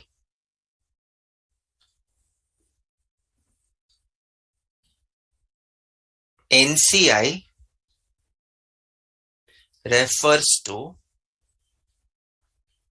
share in net assets attributable to entities other than the parent. Other than the parent.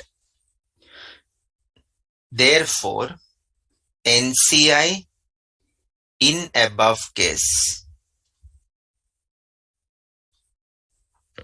can be calculated as NCI in S1 20%, NCI in S2 कितना था 100 minus 42, so that was 58%.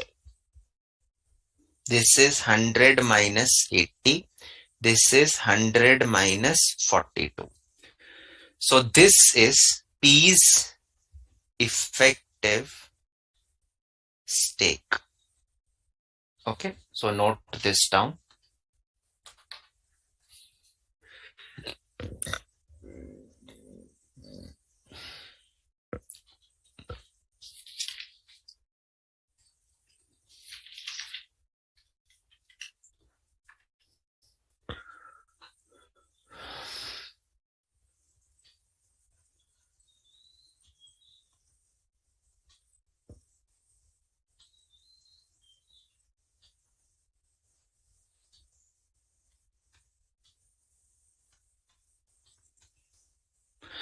Okay, so I think you would have written this. Continue this point.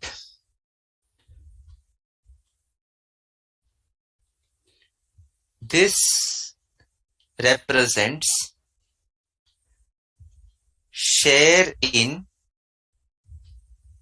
net assets of S2 attributable to entities other than the ultimate parent P. NCI can also be calculated as under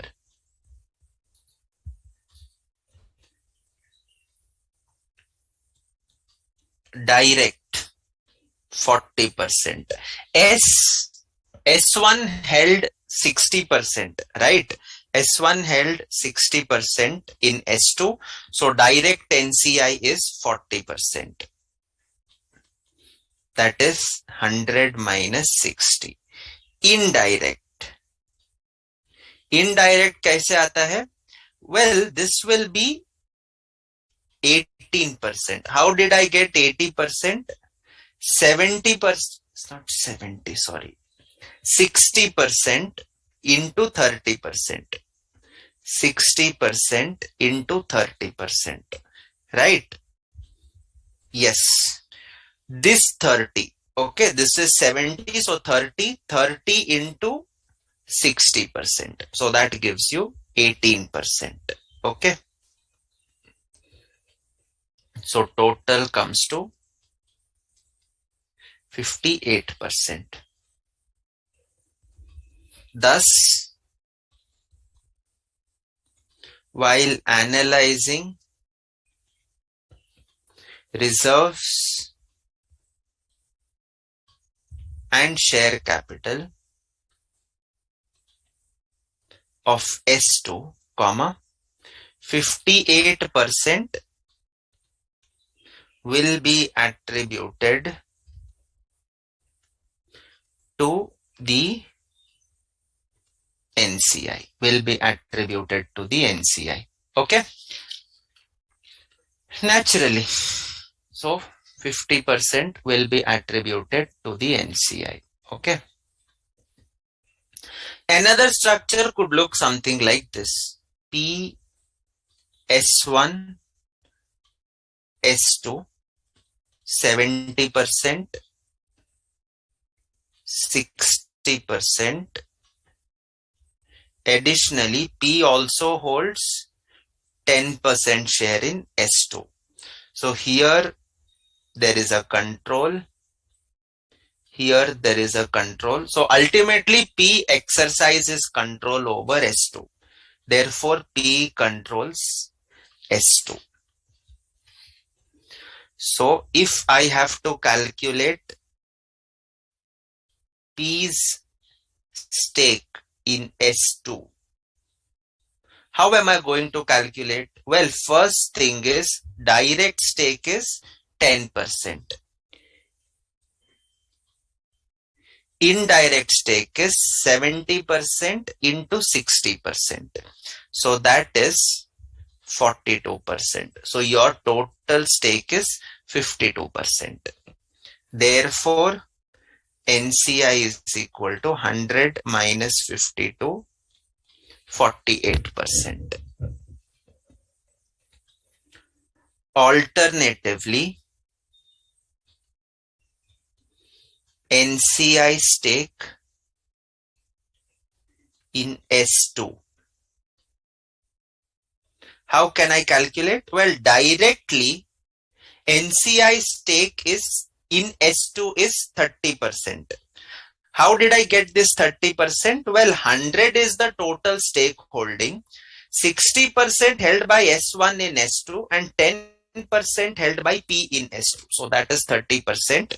And indirect is the 30% NCI of S1 having a 60% stake in S2. So that comes to 18%. So this comes to 48%. This comes to 48%.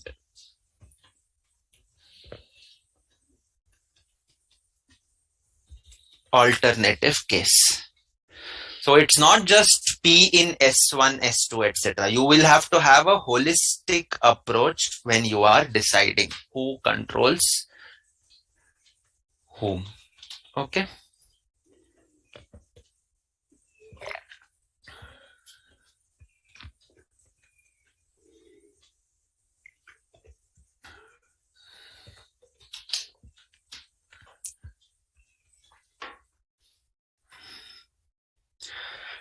Done.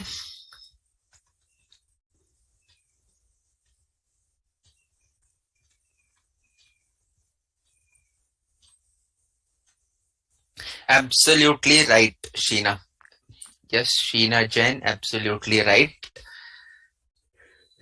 ठीक है. So that is done. We then proceed further. Third point, date of acquisition. Well, in this question, both the acquisitions happened on 30th September, but that could just be a coincidence, right? You could have dates of acquisition being different for P in S1, S1 in S2, P in S2, etc. Okay.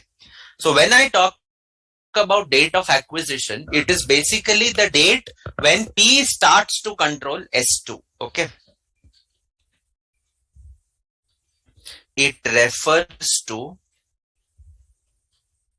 the date when P obtains control over S2, which is usually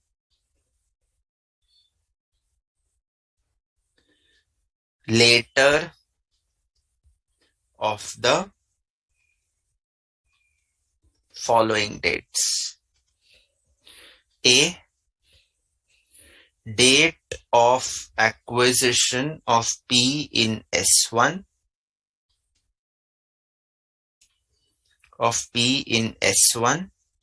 or B, date of acquisition of S1 in S2.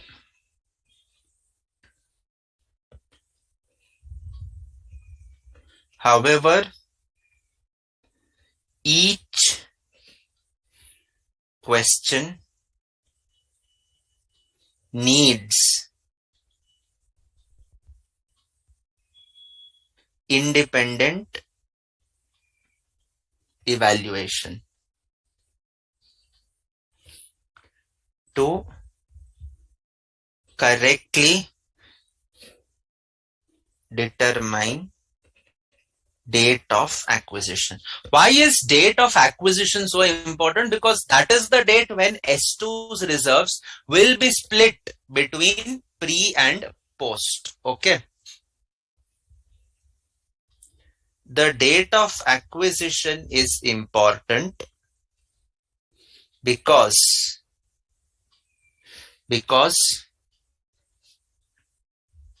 the split of S2's reserves between pre and post will happen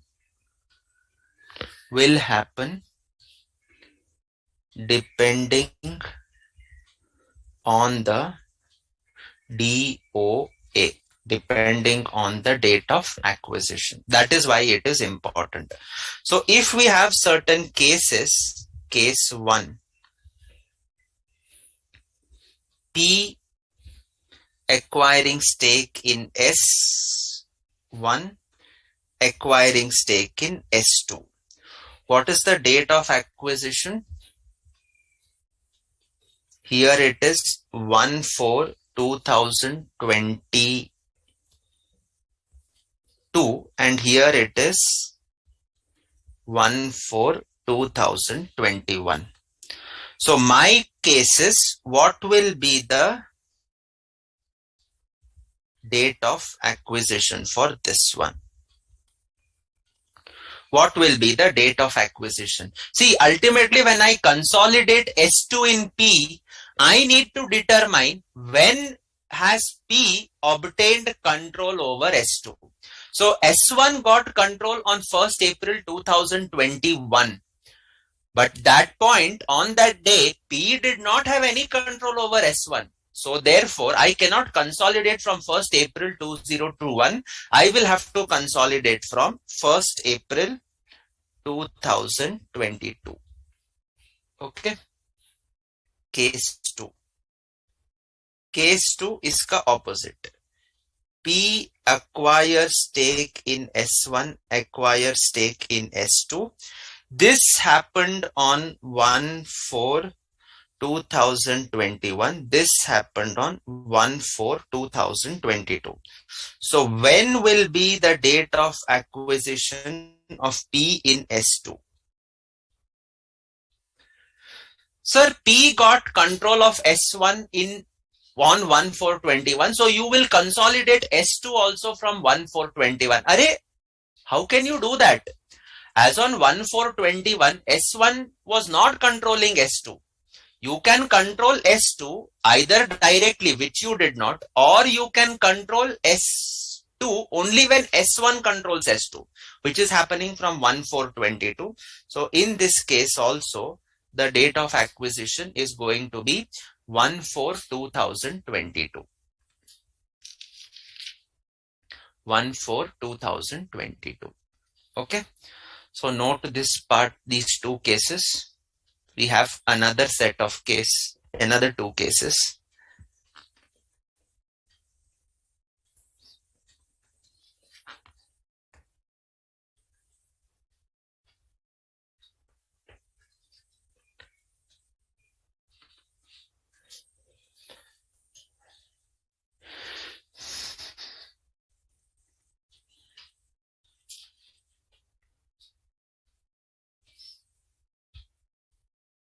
Okay, so that is case 1 and case 2. We then move on to case 3. P acquires S1. What is the stake? P acquires S1. How much does it acquire? 90%. 90%. S1 acquires 25% in S2 and P acquires 35% in S2. When are the acquisitions happening? So this is date of acquisition 1/4/2020. This is 1/4/2021 and this is 1/4/2022. From when will you consolidate? Sir, P got a stake in S1 from 1/4/20. How? So you can consolidate S1 in P, 90% stake. But can I consolidate S2 in S1? Answer is no, because P did not hold a controlling stake in S1. Sir, we'll consolidate from 1/4/2021 when S1 got a 25% stake in S2. Can I do that? Arey, how can you do that? 25% आप कुछ नहीं decide करोगे. On 1/4/2022, P acquires a stake of 35% directly in S2 on 1/4/22. And therefore, from when can you now consolidate? From when can you now consolidate? We can consolidate from 1/4/2022.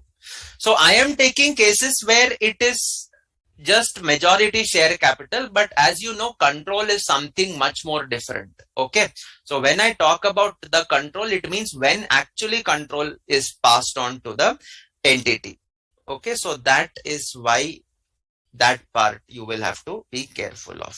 Okay, so case 4.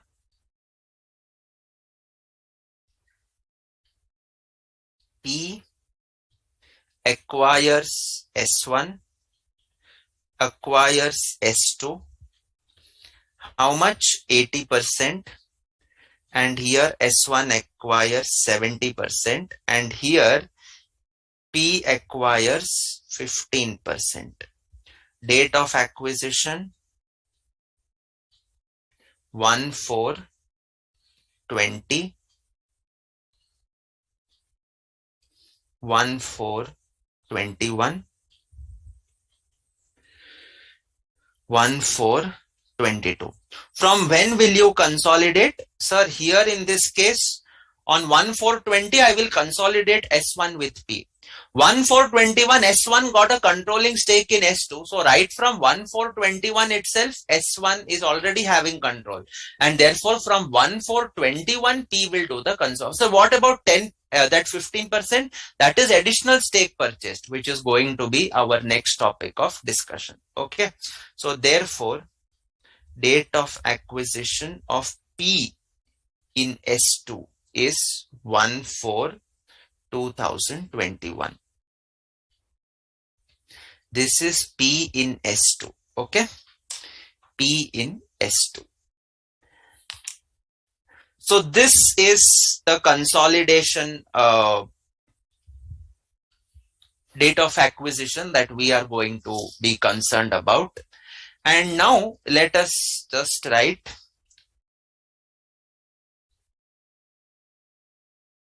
consolidation process.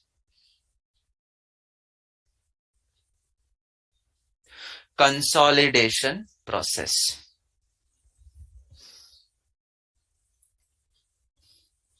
The steps remain largely the same except for the following changes.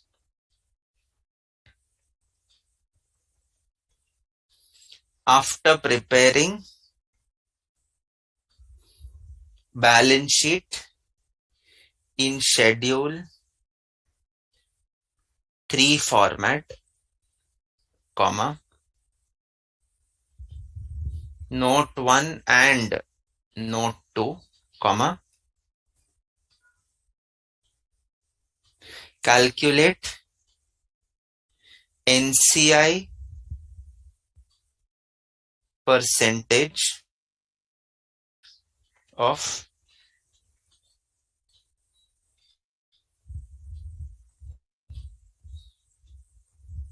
P in S2 as 100% minus P's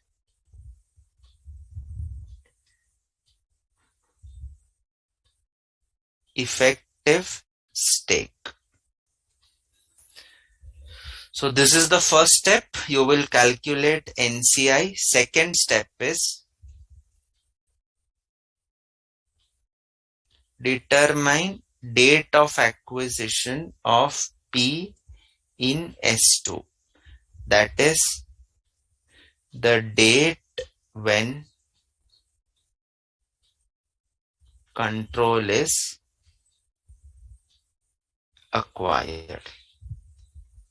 Third one, elimination of investment by S1 in S2. How will I eliminate this? Well, S1 in S2, I will be eliminating partly in COC account. Whatever is P's share, I will eliminate that in COC.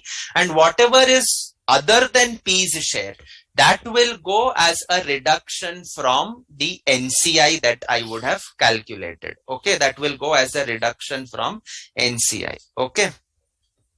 So you can write down the investment made by S1 in S2 is a part of S1's balance sheet. All assets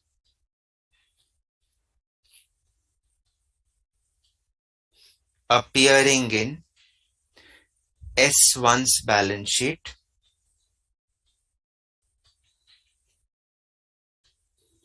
are attributable to, मैंने कितना लिया था, I will stick to this example. Okay, ये जो 70% दिखता है ना, I will stick to that example. Okay, are attributable to P 70%, and NCI 30%. Hence,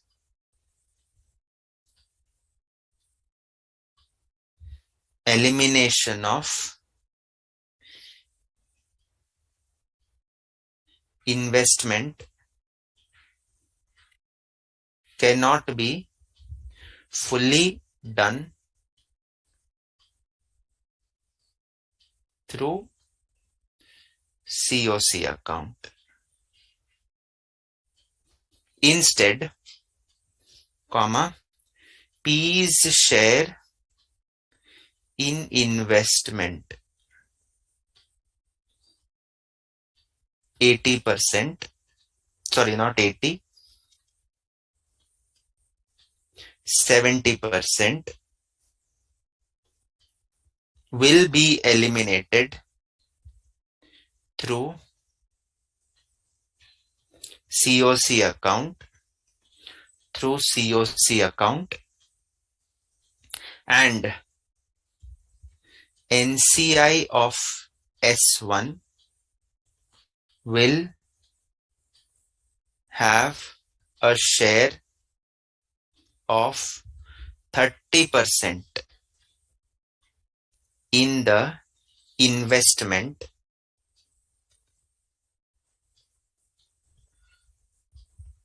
which will be eliminated by ultimately deducting it from NCI of S1.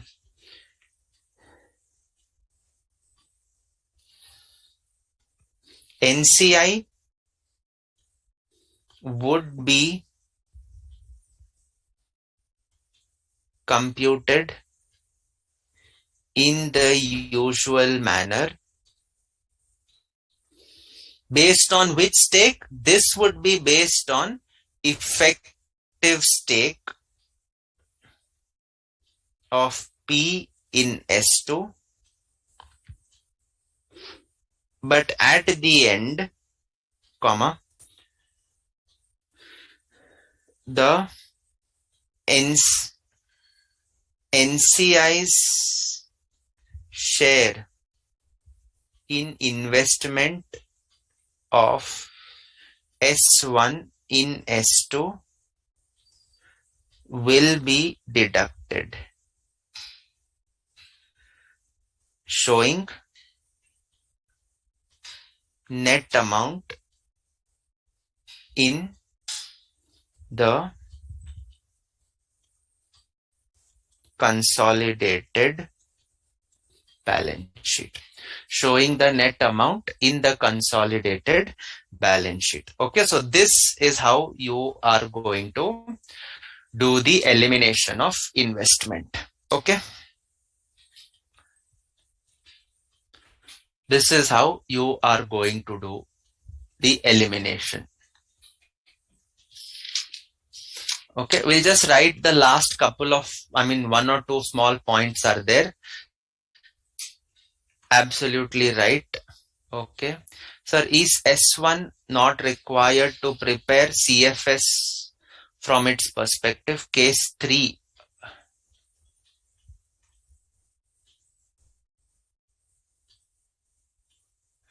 Thank you, Vibhor Thakur. Thank you so much. Okay. All right. So now coming to Shimona Varshne case 3. Case 1, case 2, case 3. See, S1 is holding only a 25% stake in S2 as on 1st April 2021. With the 25% stake, how can I say that S1 controls S2? It does not. Na?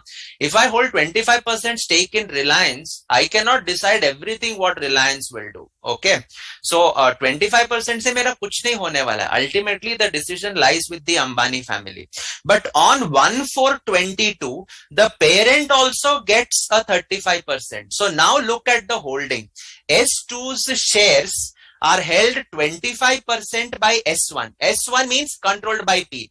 So indirectly, P is having this stake, and directly P is investing 35%. So can I say that 60% of the voting rights in S2 will be controlled directly and indirectly by P with effect from 1/4/2022, and therefore 1/4/2022 will be taken as the date of acquisition in case 3. Okay, Shimona, right?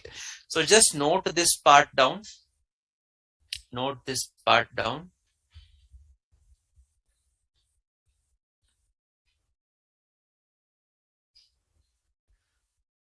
Okay, Sheena Jain, S1 requires to prepare consolidated balance sheet. I will come to that as a part of exemption towards the later part of today's class. Okay.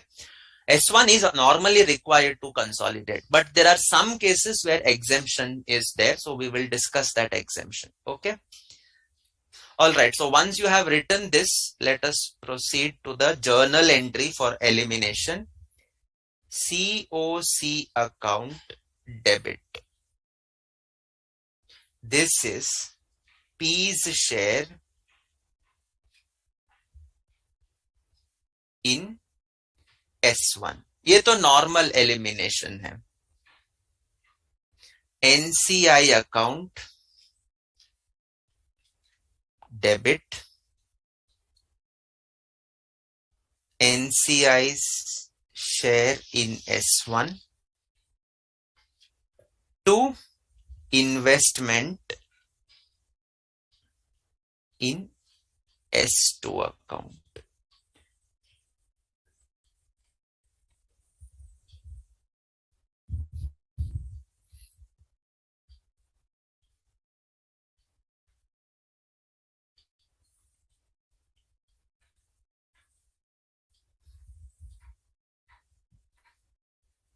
This is not S1. This is going to be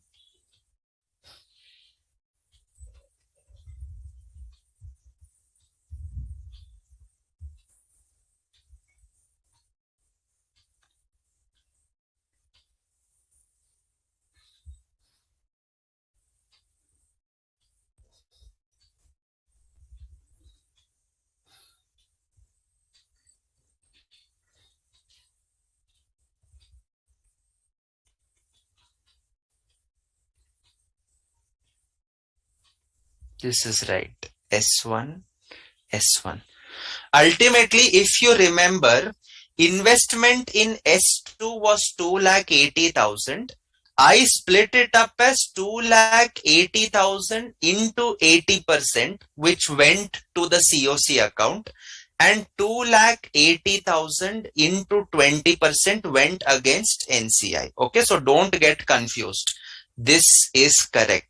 Okay, this is correct. It's very much correct.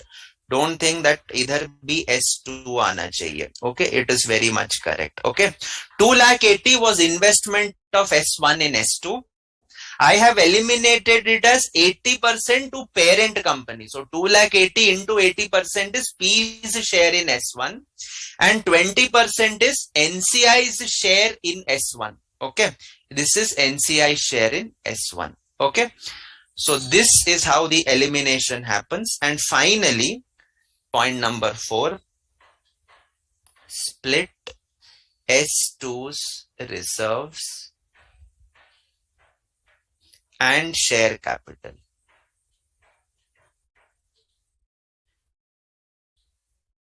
Appearing in S2's balance sheet in the ratio of P's effective stake in S2 and NCI's effective stake in S2. Okay, so that concludes our discussion on chain holding. I think This is the most detailed discussion that we could be having on chain holding. We did the question, we wrote down the theory. I think all possible permutations, combinations are discussed. So that takes care of your position. Okay, this theory is sufficient to clarify your concepts. Okay, Shiv Shankari, it's quite exhaustive. So the ICI study material theory is not needed in this case. What needs to be read, I will try to let you know. Okay, what needs to be read, I'll try to let you know. But by large, I have covered everything. I have covered quite a bit of the theory. Okay, so it's sufficient if you do this. It takes care. And our theory is based on the questions that we have solved in the same fashion. So I would prefer you to do this theory only. Okay. All right. So that concludes chain holding. We'll take a 5-minute break. It's almost 9:15 now. We shall resume at 9:20. Two concepts, that is purchase of additional stake and sale of stake. Okay, so these are the two next important concepts.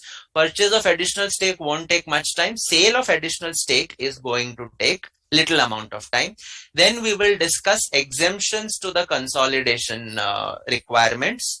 And finally, we will wind up with about 15 to 20 minutes discussion on joint arrangements. That is my topic. Okay, Ind AS 28 will be taken subsequently, so I will not be touching on joint ventures, but I will be discussing in brief on joint arrangements and joint operations. Okay, so take a quick 5-minute break. We shall resume at 9:20.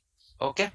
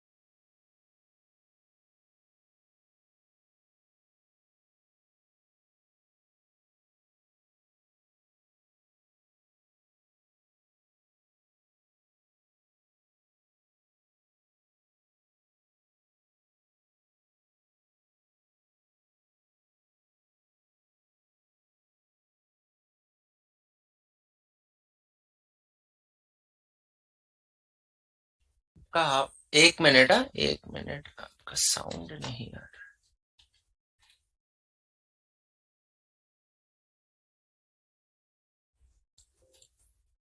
Okay, fine. All right. So, welcome back.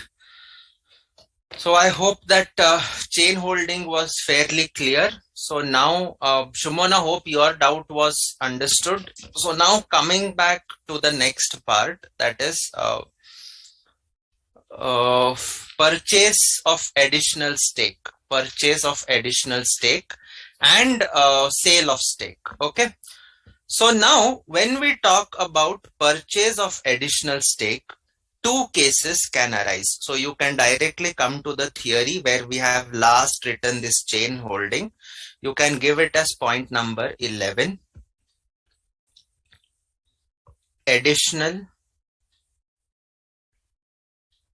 stake purchase. Additional stake purchase. And I think we have one or two questions also on this.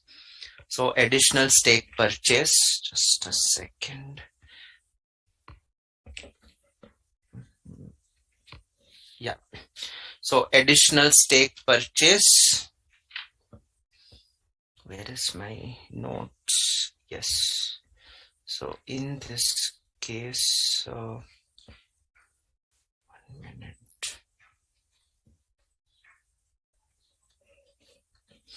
Okay.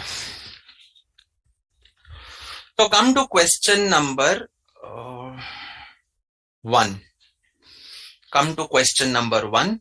A Limited acquired 10% additional shares of its 70% subsidiary. Fair enough. So I'm already holding 70%.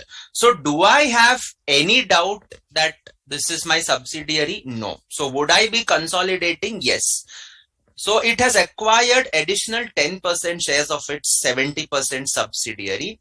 The following relevant information is available in respect of change in NCI on the basis of the balance sheet finalized as on 1st April 20x0. So investment in subsidiary at cost 14,000. Purchase price for additional 10% interest 2,600. NCI at 30% is 6,600. Consolidated P&L balance is 2,000 and goodwill is 600. The reporting date of the subsidiary and the parent is 31st March X0. Prepare a note showing adjustment for change of NCI and should the goodwill be adjusted for this change. Okay. So one thing let us understand now. Let us now understand this, how this additional stake works. So with the help of this question only, this is question 1, standalone financial statements, consolidated financial statements. Okay. So now in the standalone financial statements, when we had purchased initially, that is the separate financial statements. Separate financial statements means Ind AS 27. That is why it permits you to value the investments at cost. So when I purchase, the entry that I would be passing is investment in subsidiary debit. How much is that? 14,000. To bank. Straightforward entry. Standalone mein there is no doubt at all. Straightforward entry. When I do an additional purchase, I will again pass the same entry. Investment in S account debit to bank. 2,600. 2,600. This is 70% stake. This is 10% stake. The issue that arises is consolidated balance sheet mein what is going to happen, my friend? Consolidated balance sheet mein what is going to happen? See, when you purchase the control, when you get the control, when you already acquire the control, that date it is going to look something like this. You have purchased. Now what you are going to do, sir, now we are going to eliminate this investment, and this investment is ultimately going to be replaced by what? It is ultimately going to be replaced by the net assets. So you would be having an entry like net assets of S account debit to NCI. You would be having NCI in its place.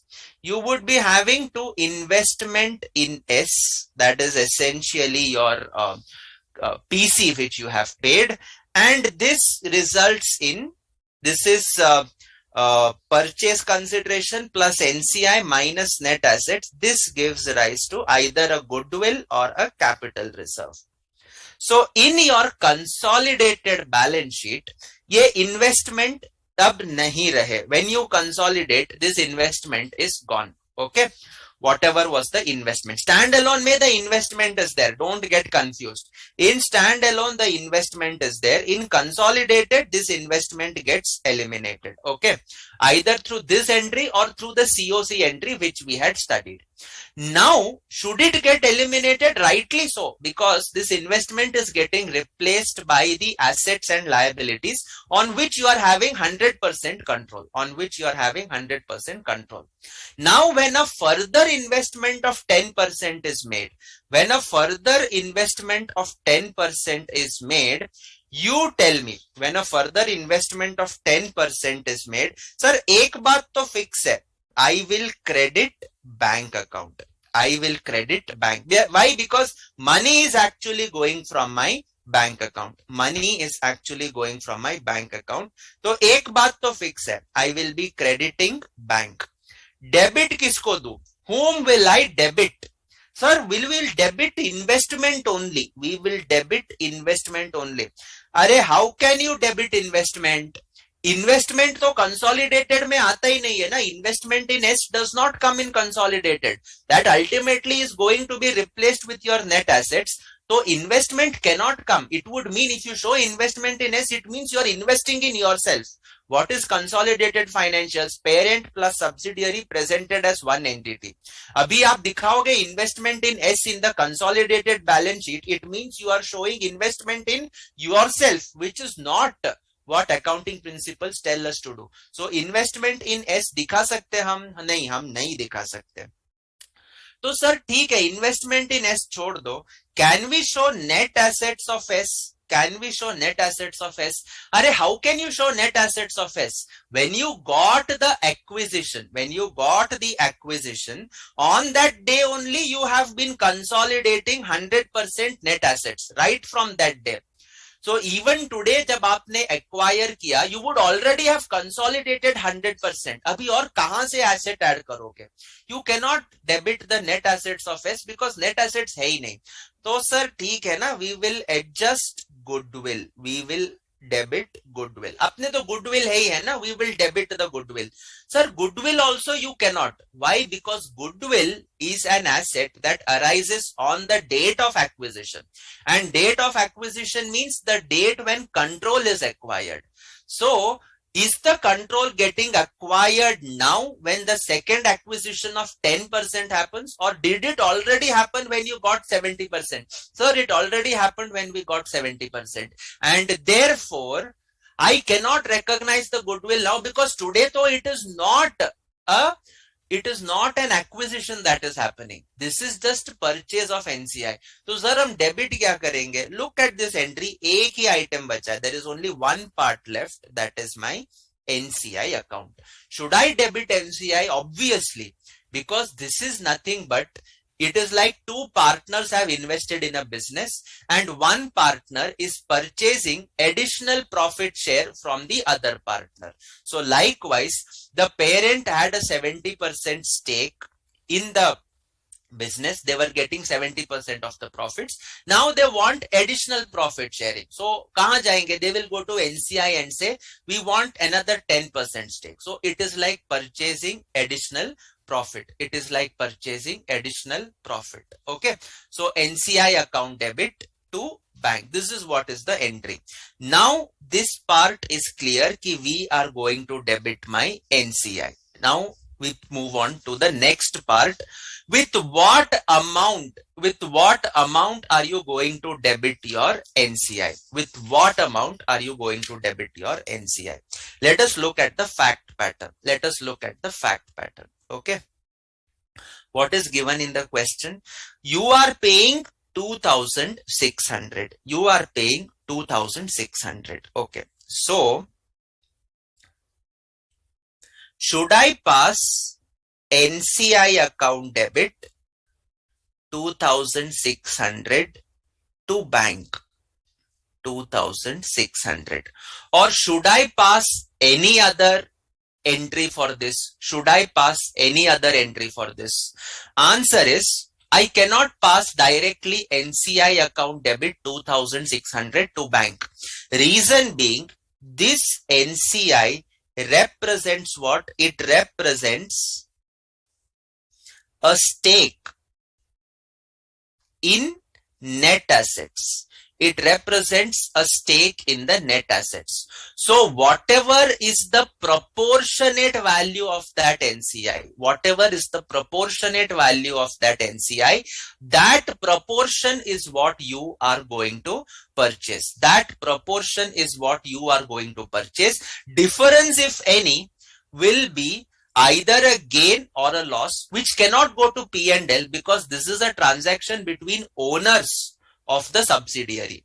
If transaction is between the entity and outsiders, it goes to P&L. This is a transaction between owners, and therefore this will go where? Sir, this will ultimately go to other equity. So ideally, it represents a stake in net assets which I am acquiring from it. And therefore, to that extent, NCI will go down. And that is why I will debit NCI with that amount. Difference, if any, will go to the other equity. Either a gain or a loss. It could be either of these things. Okay. Sir, ye to ho gaya when we already had control and we got additional stake. Sir, ulta ho sakta hai. Can the opposite happen? Definitely. You had a 10% stake. You were very happy with the company. You purchased extra 70%. So now, when you had the stake, you did not have control. Now you have gotten a controlling stake. So now this becomes your date of acquisition. And date of acquisition means on this date, Ind AS 103 applies. And what are you going to do? I am going to first remeasure this stake to the fair value on the date of acquisition. The difference between the values would be taken to the P&L account, and then I would pass an adjustment to eliminate the stake and record the entire net assets. This treatment is not in line with 110. This is as per Ind AS 103, which you would have studied. Is it okay? So additional stake purchase. Very simple. You will be recording. I repeat, you will be recording it as NCI account debit to bank. NCI will be the percentage of the value that is appearing in the books. Okay. The entire consideration you pay will not be debited to NCI.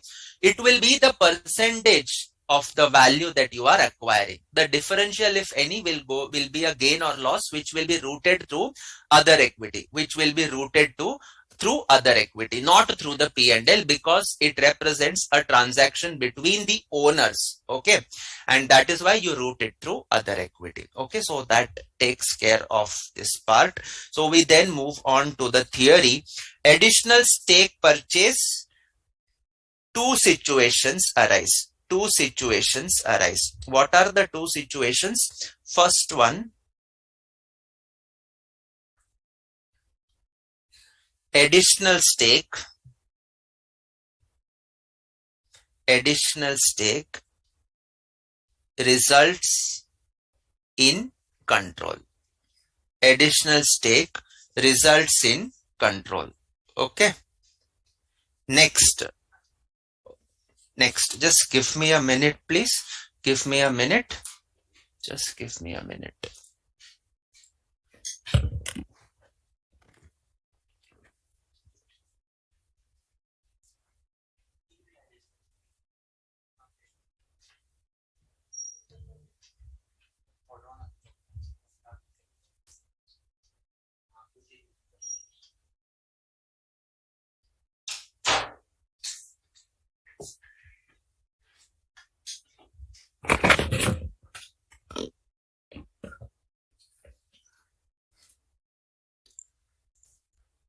Okay, fine. Sorry for that. So additional stake results in control. For example, 10% existing plus 70% additional. So that means on this date, Ind AS 103 applies. Ind AS 103 applies. We are not concerned with this. We are concerned with this part. Additional stake after control is acquired. After control is acquired. How do I get this? Well, I will get it as the alternative example that we are now doing. 70% existing plus 10% additional. You already have control. So it is not a matter of getting control. It is the further step that will matter. So Ind AS 110 applies. Ind AS 110 applies. So if Ind AS 103 applies, what would you do? You would have studied this. I'm just summarizing it for you. Remeasure existing stake at fair value. Ideally, you would, if it is not an associate which you would be studying, you would be taking it at fair value. Ideally, you would be taking it at fair value, and therefore there is nothing else that you have to do. But if not, then remeasure existing stake at fair value with difference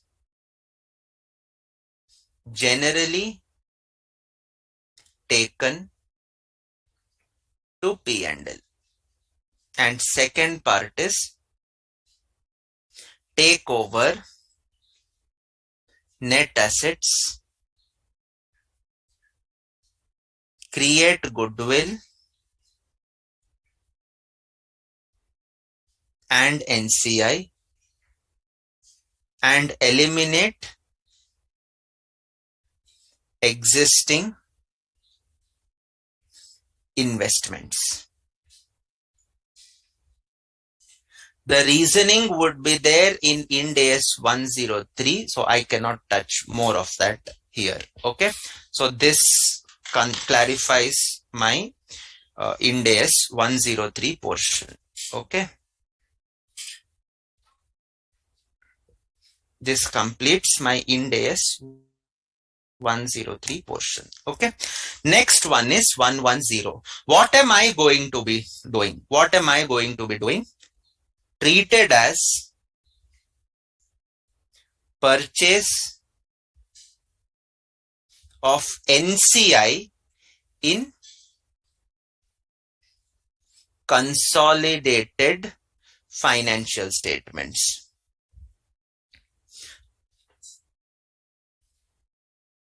No additional net assets taken over, as 100% of net assets would already be recorded. Would already be recorded. Proportionate NCI. Proportionate NCI on the date of additional stake to be debited. To be debited. Okay. How do I do this proportionate NCI? How do I do this proportionate NCI? Well, I have multiple methods of calculation. You will have to do that depending on your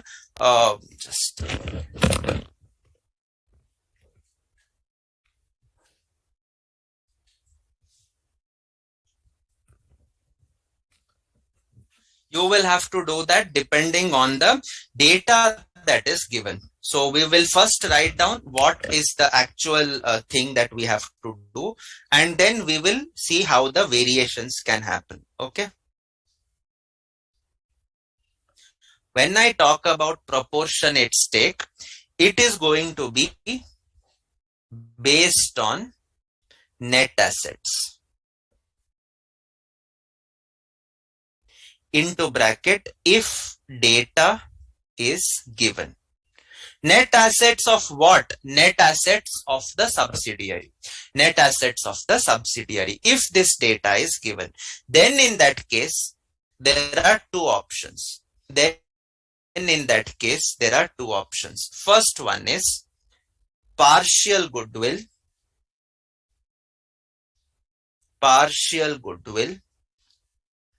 net assets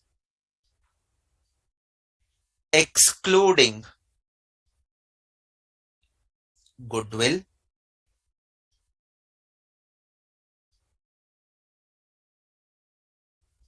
full goodwill, then it would be net assets including goodwill. Then it would be net assets including the goodwill based on net assets if data is given. Okay. If net assets data is not given, if net assets data is not given, how are you going to calculate? Calculate proportionate NCI based on current NCI values given. Based on current NCI values given. So you can take, like in this case, 6,600 is 30%. So 10% is how much? That way is what you would be doing. Okay. Typically net assets data would generally be given in the question. Okay. So you don't have to worry much about that. Okay. The only thing is, if you are following partial goodwill, ignore the goodwill. Okay. Take only net assets, not the goodwill. If it is full goodwill method, it will be net assets including the goodwill. Okay. So this is what is the meaning of proportionate net assets. Fourth point, NCI are owners and hence any gain or loss on this transaction is adjusted against other equity. Is adjusted against other equity and not P&L.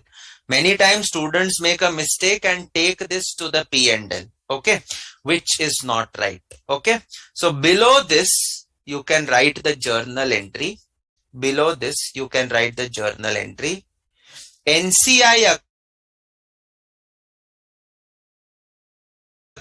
net assets on the date of additional stake purchase multiplied by NCI percentage acquired. NCI percentage acquired. Loss on purchase of NCI, which goes to other equity. Okay.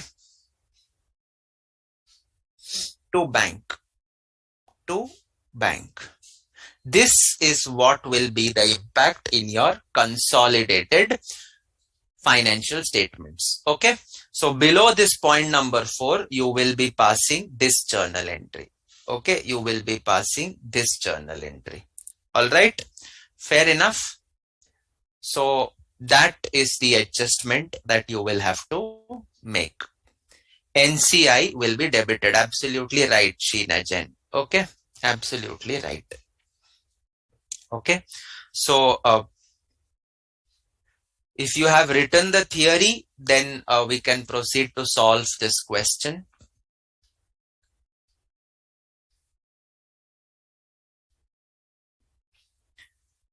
Those of you who are writing, hurry up a little bit so then we can start to solve. There are two questions.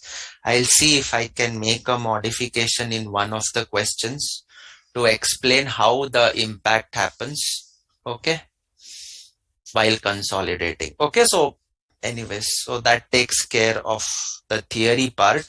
Let us now come to the question.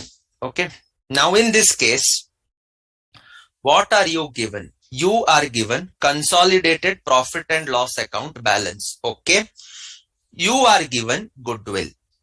You are given non-controlling interest, investment in subsidiary, purchase price. Do I have net assets data of the subsidiary? Answer is no, I do not have. And because I do not have net assets data, I will ultimately do a proportionate calculation of NCI itself. Please remember, this calculation is only if net assets data is not available. If net assets data is available, we will have to do the workings depending on the net assets data. Okay, so now coming to the solution, it is going to be recorded something like this. Okay, you can write the answer now. You can write the answer now. This is the actual answer that needs to be presented. Okay, write down. This is purchase of additional stake after control is acquired,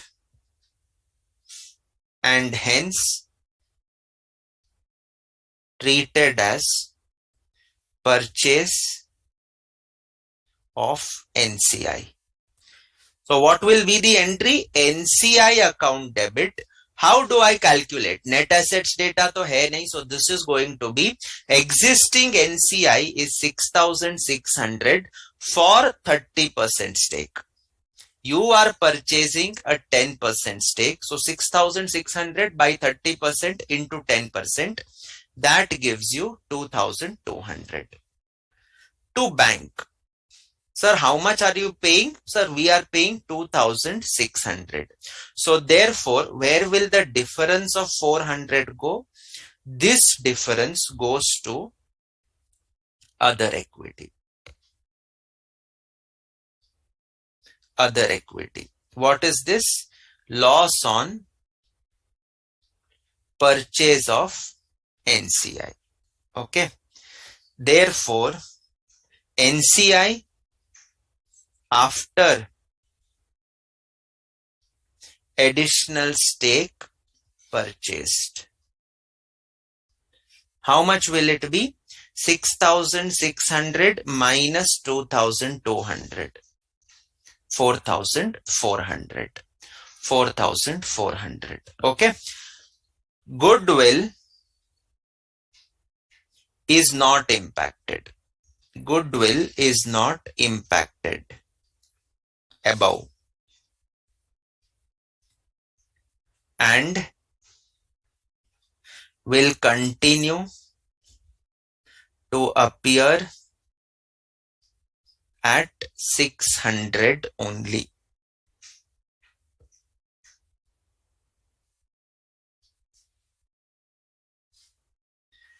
This is because goodwill can be recognized only on date of acquisition. Only on date of acquisition. Okay. So this is how you are going to record it. Okay. And then there is one more piece of information that I would like to add, which is the beauty of Ind AS. Okay. The treatment is different in standalone financial statements and the treatment is different in consolidated financial statements for the same item. I repeat, for the same item, for the same transaction. In the standalone financial statements, when you prepare the cash flow statement, this purchase of additional stake will be regarded as an investing activity because you are making an investment. Whereas in the consolidated cash flow statement, you are purchasing a stake from NCI. That means this is a transaction between the owners. The ones who have provided capital, and therefore in the consolidated cash flow, this will be regarded as a financing activity. Okay. So there are umpteen cases where treatments are different in standalone. They are different in consolidated for the same item. Okay, like for example, a property given on rent by parent to the subsidiary. Parent can recognize it as an investment property. Subsidiary is using it for its own headquarters, but in the consolidated balance sheet, you cannot recognize it as investment property. You have to treat it as an item of property, plant and equipment. Okay, so in this case, in standalone cash flow statement,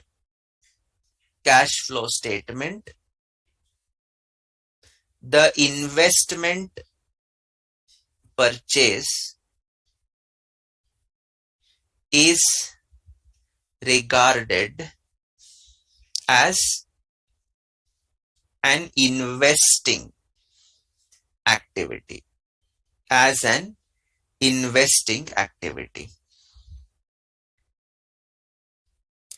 In consolidated cash flow statement,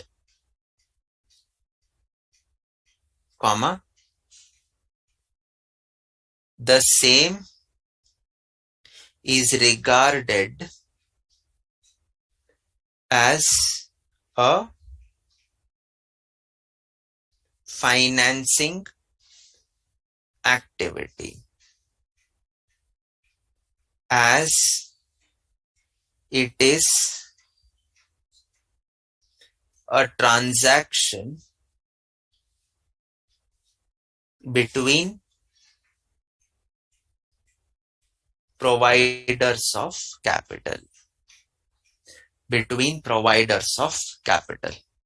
Is it okay? Yes? Any doubts? No doubts? So then we can proceed to the next question. Okay, so this completes question 1. Okay, come to question 2. A acquired 70% shares of B on 1st April when the fair value of net assets of B was 200 lakhs. During X0, X1, B Limited made a profit of rupees 100 lakhs. Individual and consolidated balance sheets as on 31st March X1. So these are the balance sheets on 31st March X1. Goodwill is given to you. This is A, B as well as the group. Property, plant, equipment, investments that gets eliminated, cash, other current assets. Then you have share capital, other equity and non-controlling interest. A Limited acquired another 10% stake in B Limited on 1420X1 at 32 lakhs. The proportionate carrying amount of the NCI is rupees 30 lakhs. Show the individual and consolidated balance sheet of the group immediately after the change in the non-controlling interest. Okay.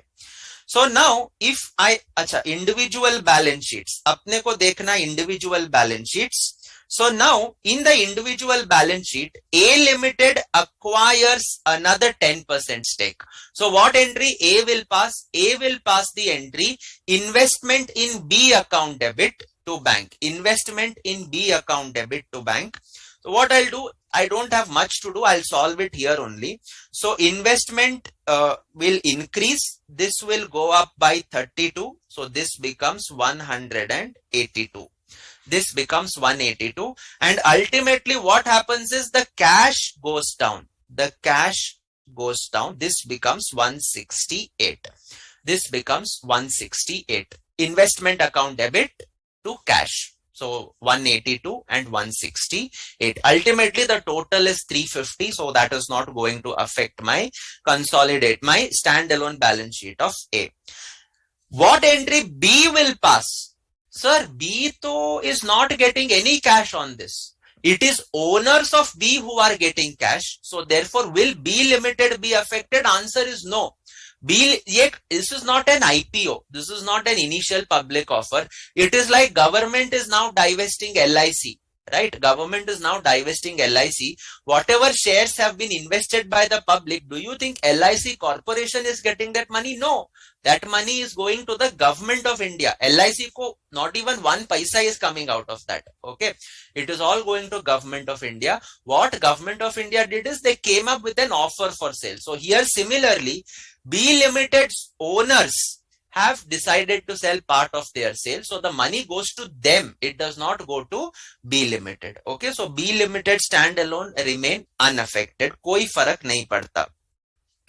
On 1st April 20x1 at 32 lakhs.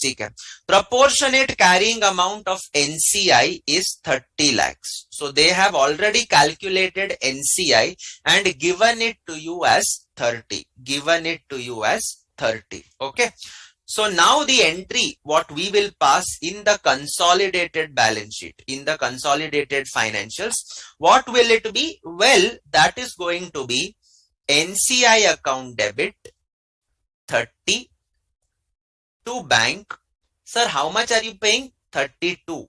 So where will the difference go? This 2 will go to other equity. This 2 will go to other equity. Okay. So therefore, my NCI will fall to 60. Fair enough. My bank balances have gone down by 32. So this is going to be 198. And other equity will fall down by 2. So this comes to 868. So that is a fairly simple way of understanding the effects. That is a fairly simple way of understanding the effects. Any doubts so far, anyone? Any doubts in additional stake?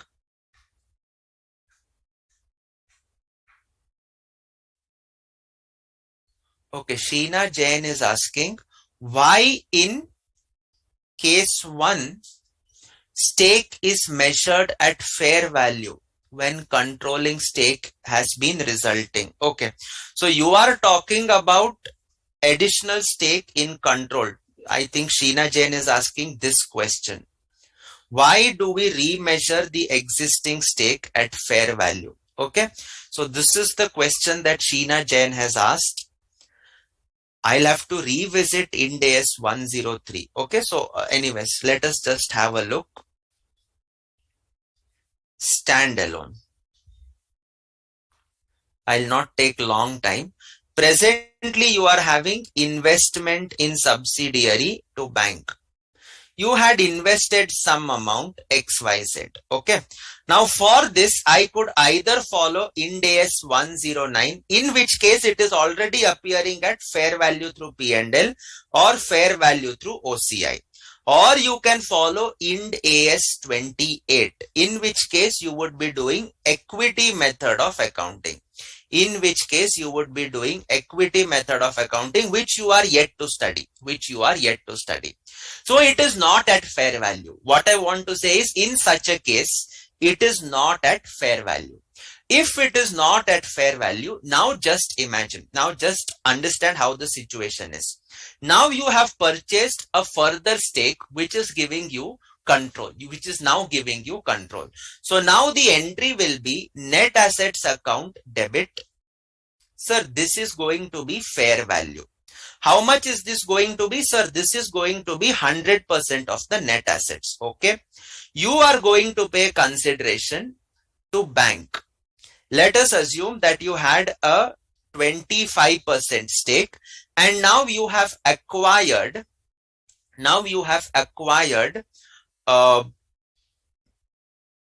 25, right? So you have now acquired 70% stake. So now you have acquired 70% stake. Did you get control? Yes. Can I directly compare this and do the goodwill calculation? Answer is no. Because you had 25, you got 70, your stake is 95. So there is still an NCI. So to NCI, this is going to be 5% stake, depending on whatever method you follow. Okay. Proportionate share of net assets which are at fair value, or NCI at fair value method, whatever you want, you follow. Now, can I directly proceed to find out goodwill? Can I directly proceed to find out goodwill? Answer is no. Why? Because see, this is 70 plus 5, 95, whereas this is 100. They are not comparable. And therefore, I will have to eliminate the investment in S. Now, this investment in S, now look, this is at fair value. PC will be at fair value. NCI would be at fair value, either fair value that we normally see based on market price, or proportionate net assets. Net assets are already at fair value. This is at fair value. So now this item is fair value, this is fair value, this is fair value.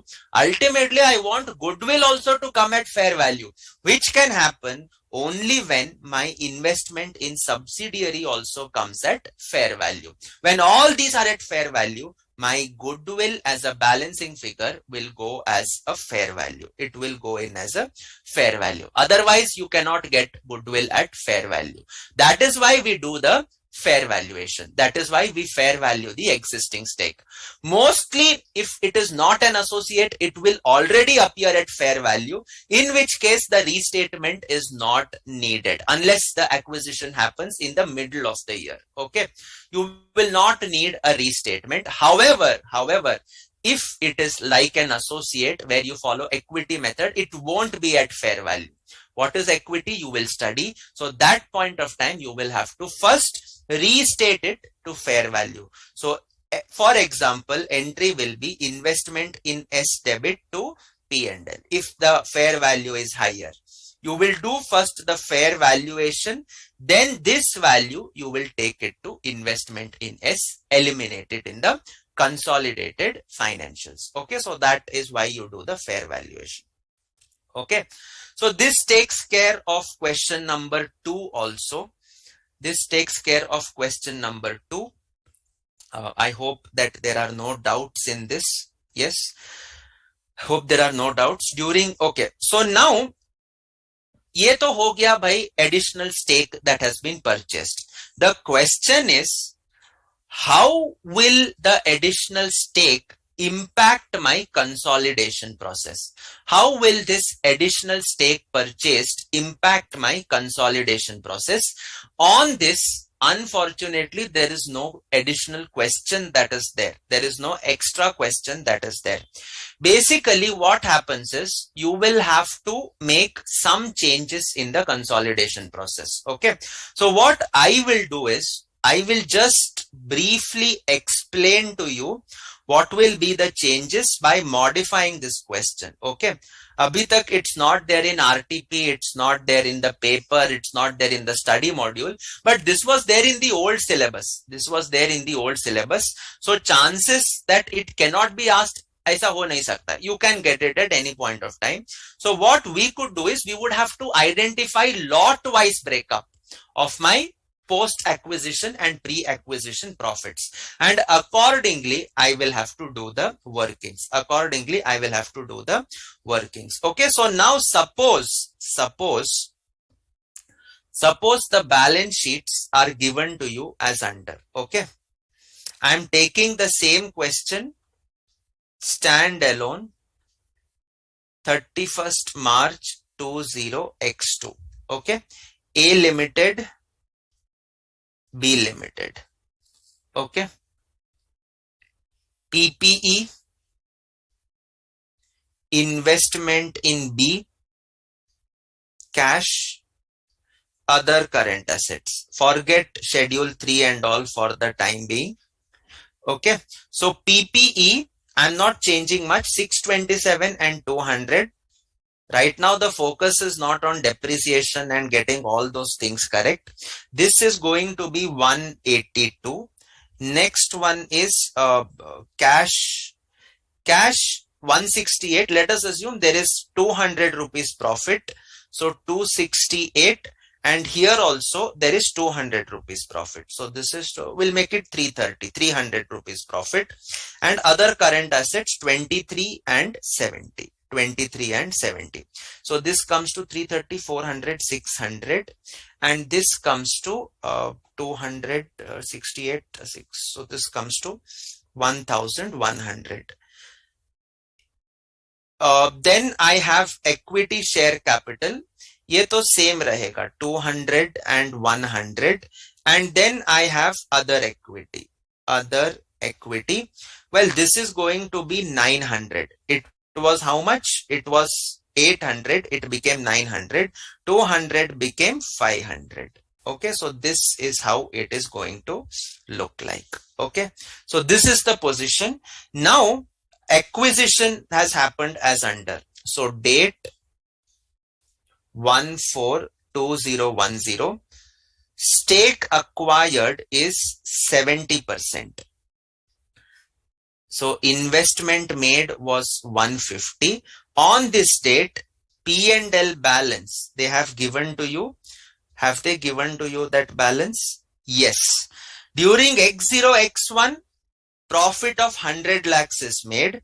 Total other equity is 100. So on that date, you have acquired. 1 second. During X0, X1, B Limited made a profit of 100. This is post acquisition. Okay.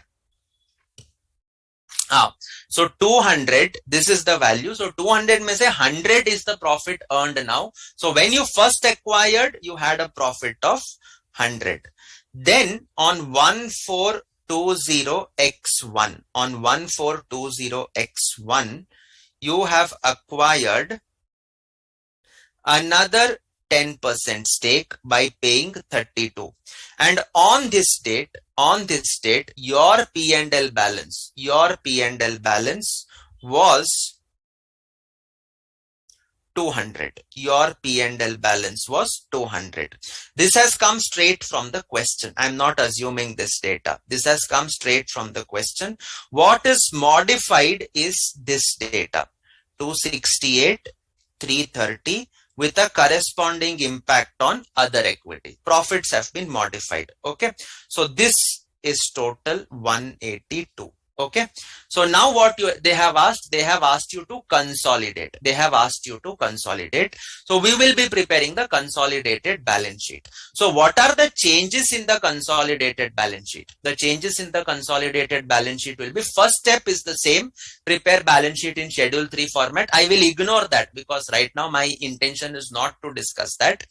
We will then prepare note number 1, assets and liabilities. So note 1, assets and liabilities. So I am having A, B, adjustments, total. So what are my assets and liabilities? I am having property, plant, equipment. I am having cash. I am having other current assets. So PPE 627, 200, that gives you 827. Cash is going to be 268, 330. So that gives you 598. This is 23 plus 70, going to be 93. Note 2, equity share capital. Whose will come? Sir, yahan to parent ka hi aayega. The equity capital of the parent only will come. So this is going to be 200. This is going to be 200. Okay. Note 3, other equity. Note 3, consolidated other equity. Consolidated other equity. This will be what we will be computing. Okay. This will be what we are going to compute. Working note 1 will be consolidated other equity. So we start with standalone A Limited. The standalone reserves of A Limited presently are 900 in the modified question. Right? Did we make that? Yes. It is 900. Add post-acquisition profits. Post-acquisition profits. We will see where the changes are happening. Working note 2, we will be preparing cost of control account. We will be preparing cost of control account. This COC account will be for what share? Sir, this COC account will be for the 70% share. Then I will be preparing another cost of NCI account. I will be preparing another cost of NCI account. This is the modification that is happening. This is the modification that is happening. So working note 3 will be cost of NCI. This is the 10% stake you have obtained. And then we will have working note 4. That is the NCI account. This is the 20% NCI that is left. Okay. This is the 20% NCI that is left. Okay. So that takes care of my workings. So now my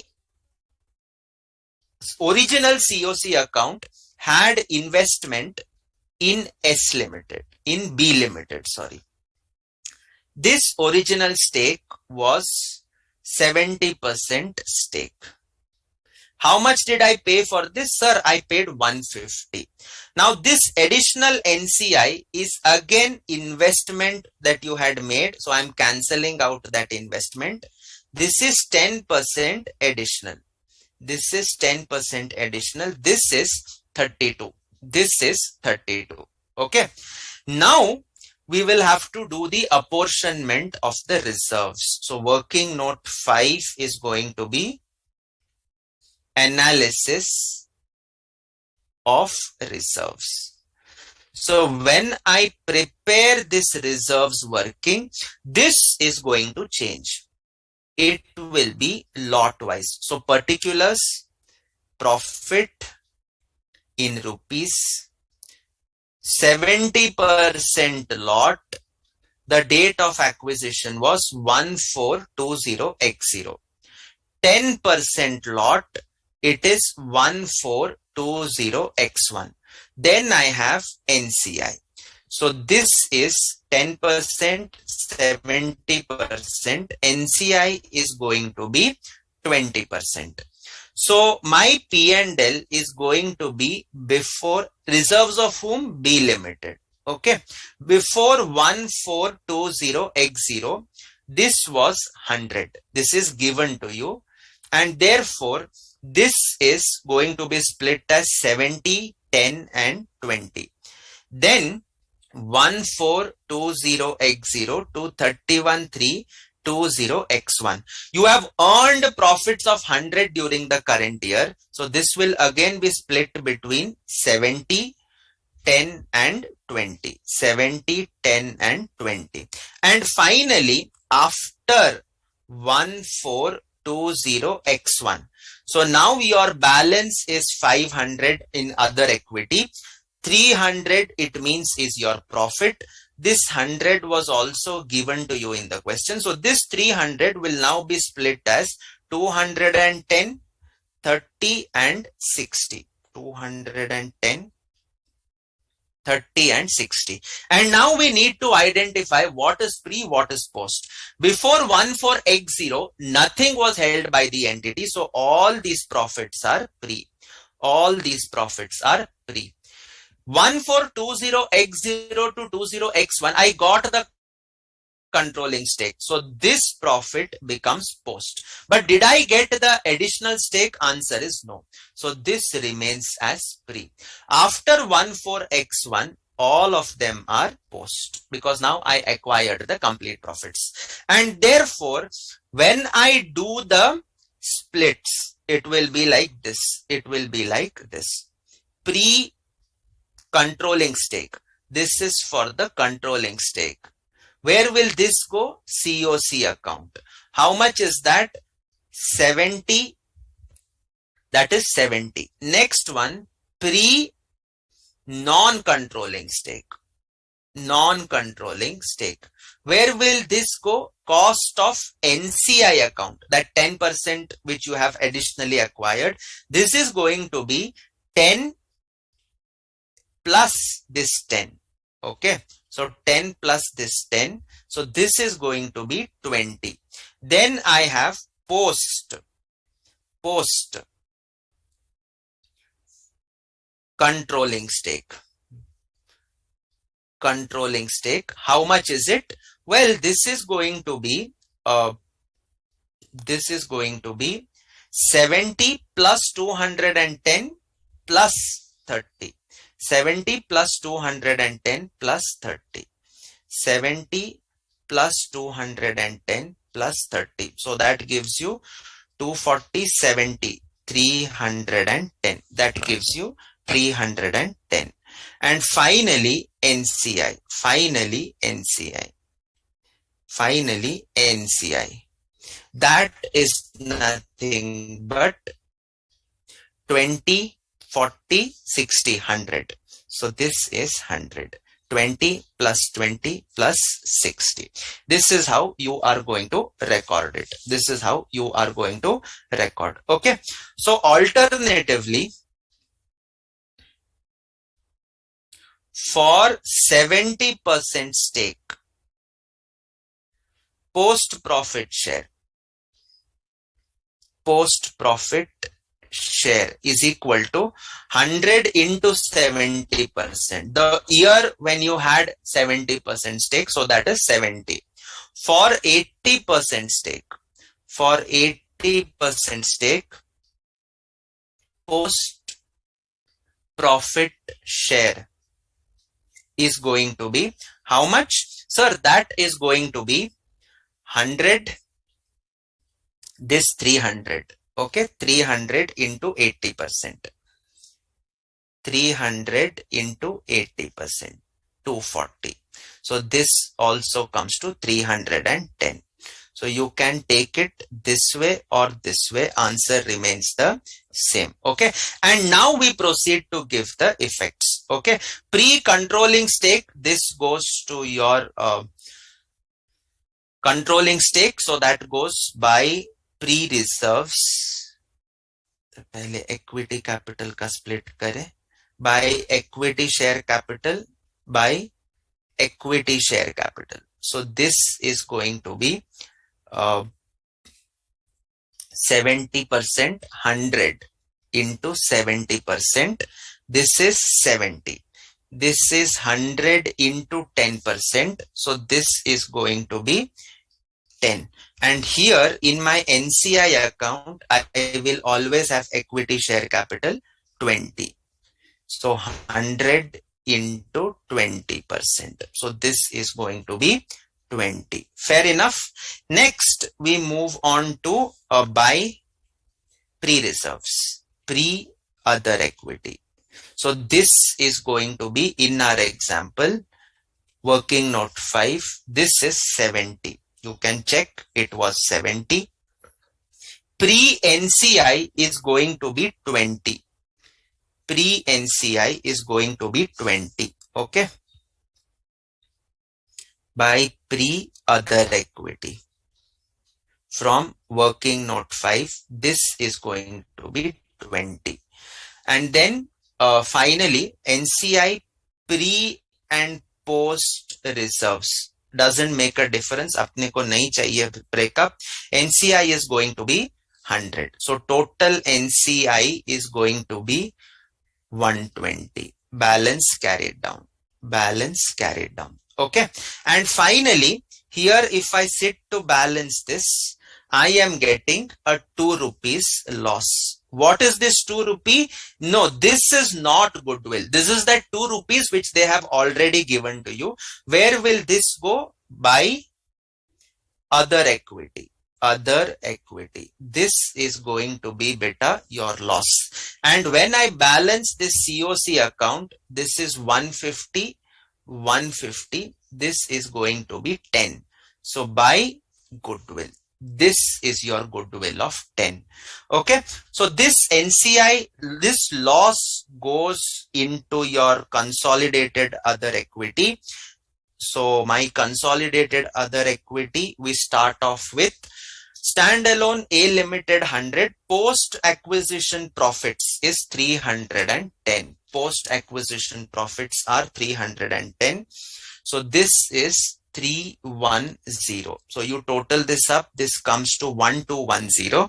So now coming to other equity or reserves, this is 1210 less loss on NCI purchased. Loss on NCI purchased, this is 2. So this comes to 1208. This comes to 1208 minus 2, 1208. And now when I prepare the consolidated balance sheet, it looks something like this. When I prepare the consolidated balance sheet, forget schedule 3, just a plain simple consolidated balance sheet of 3 lines. Equity share capital kitna hoga? This is of the parent. So this is 200. Other equity was 1208. NCI came at 120. Then you had property, plant, equipment 827. You had cash appearing at 598. And finally, you had other current assets appearing at 93 and goodwill appearing at 10. So that should hopefully tally the balance sheet. 827, 598, 93, 10. So that takes it to 1528. And this is 200 plus 120, 1208. 1528. Okay, so this is how the consolidation happens. The major change is working note number 5. This is the major point of change. This is the major point where the change happens. Okay, so that is what is the change that will happen. You can note this example later on. You can note this example later on. So what happens is the changes are, first thing is steps 1 and 2 for schedule 3 format consolidation notes, they remain the same. This is the first point. Second point you can note down is in step 3, when I prepare the working notes, working note will be cost of control account. Working note 2 is going to be cost of NCI account. Okay, so you can write down working note 2 CO NCI account will be prepared. In the COC account, investment attributable to controlling stake only will be recorded. In our example, it was 70%.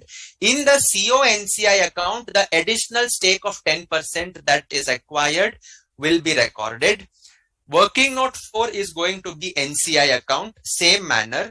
Working note 5, when we talk about reserves, the reserves will be split into the manner depending on what lots were invested at what point of time, to identify what are post acquisition for each lot and what is pre acquisition for each lot. Okay, the balancing figure in the COC account is goodwill. The balancing figure in the cost of NCI account represents your loss or gain, which will be transferred to other equity. And finally, the NCI balance will be taken to the consolidated balance sheet. While preparing analysis of reserves, we do the splitting. Okay, so this is what is your note. What I will do is I will be giving you the a detailed note on this in writing, like how I normally have given. Because of lack of time, I am unable to do that right now, but I will give you. Don't worry. I hope you have understood the way in which the workings are going to change. Okay, I hope you have understood the manner in which the workings are going to change. So now with that background, that takes care of exhaustively of our question number 2 and additional stake that is purchased. Okay, we then move on to the next theory, and this is the second last item of Ind AS 110, that is stake sale. That is stake sale. Okay. So when I talk about stake sale, this is number 12. This is number 12, stake sale. So when I talk about stake sale, again two possibilities are there. I will sell only a small portion. I will not lose the control. I will retain the control. So in this case, what does it mean? It means I am creating NCI. It means I am creating NCI. Entry will be exactly opposite. Bank account debit to NCI. Gain or loss will ultimately go to other equity. Gain or loss will ultimately go to other equity. The issue arises when we lose the control. When we are losing control over a subsidiary, don't think that consolidated balance sheet minus loss of control is equal to standalone balance sheet. This thought process is not right. Why? Because you would have consolidated. Suppose you purchased a subsidiary on 1/4/2018 and you disposed of the stake on 31st March 2022. In the consolidated balance sheet, you would be having the profits of the subsidiary for 18-19, 19-20, 20-21, 21-22. So 4 years profits would be consolidated, which will not come in the standalone balance sheets. So don't even think for 1 second that consolidated minus loss of control on account of stake sale gives you standalone balance sheet. That is not correct. That is not correct. Okay. Your standalone also will be different. You will also have a consolidated balance sheet that will have various other items which were consolidated earlier. So when there is a stake sale, it is viewed as if you are selling an investment, as if you are selling an asset. So in your consolidated balance sheet, what all items relating to the subsidiary would be present? Net assets of the subsidiary would be present. Goodwill relating to the subsidiary would be present, and NCI relating to the subsidiary would be present. So 3 items: net assets, goodwill, and NCI. So all these 3 elements put together give me something known as carrying value of subsidiary. Net assets plus goodwill, the total asset value of the subsidiary, minus NCI. So that gives you the carrying value of the subsidiary. This carrying value you will compare with the sale consideration. Difference is going to be taken to the profit and loss. Difference is going to be taken to the profit and loss. It is possible that I will not sell entirely. I held 90%, I sold 70%, I will retain 20%. This 20% investment will also come in the consolidated books. Sir, at what value? It will be either proportionate net assets or it will be based on the fair value. The question is going to give you that data. Okay. So we will quickly take notes for this. We'll quickly take some notes for this. What I'll do, I will not give the notes for this. It will take time. Instead, I will prefer to solve a couple of questions, so that would help you in understanding. The notes I will give you by this weekend. Okay, I will give you the notes by this weekend, whatever is pending. Okay, I'll share the notes with you. Okay. So now coming to stake sale, let us look at the questions. Where are the questions relating to stake sale? From the following. Okay, 1 second. This is all cells. Okay. Question 33. Okay. For rupees 100 lakhs, purchased 6,000, 12,000. Further interest. Okay.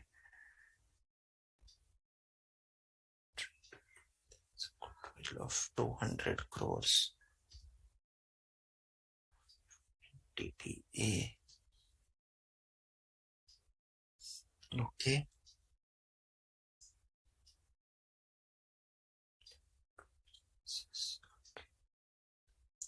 One second. Just give me some time. Okay.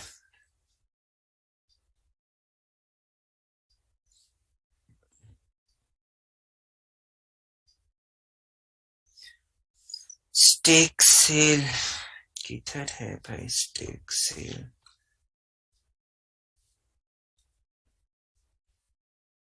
We had some questions.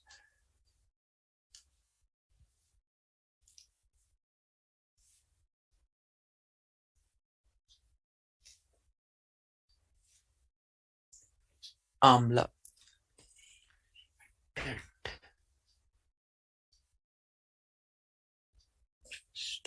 Okay, question number 20. This is the one I was looking for. Yes.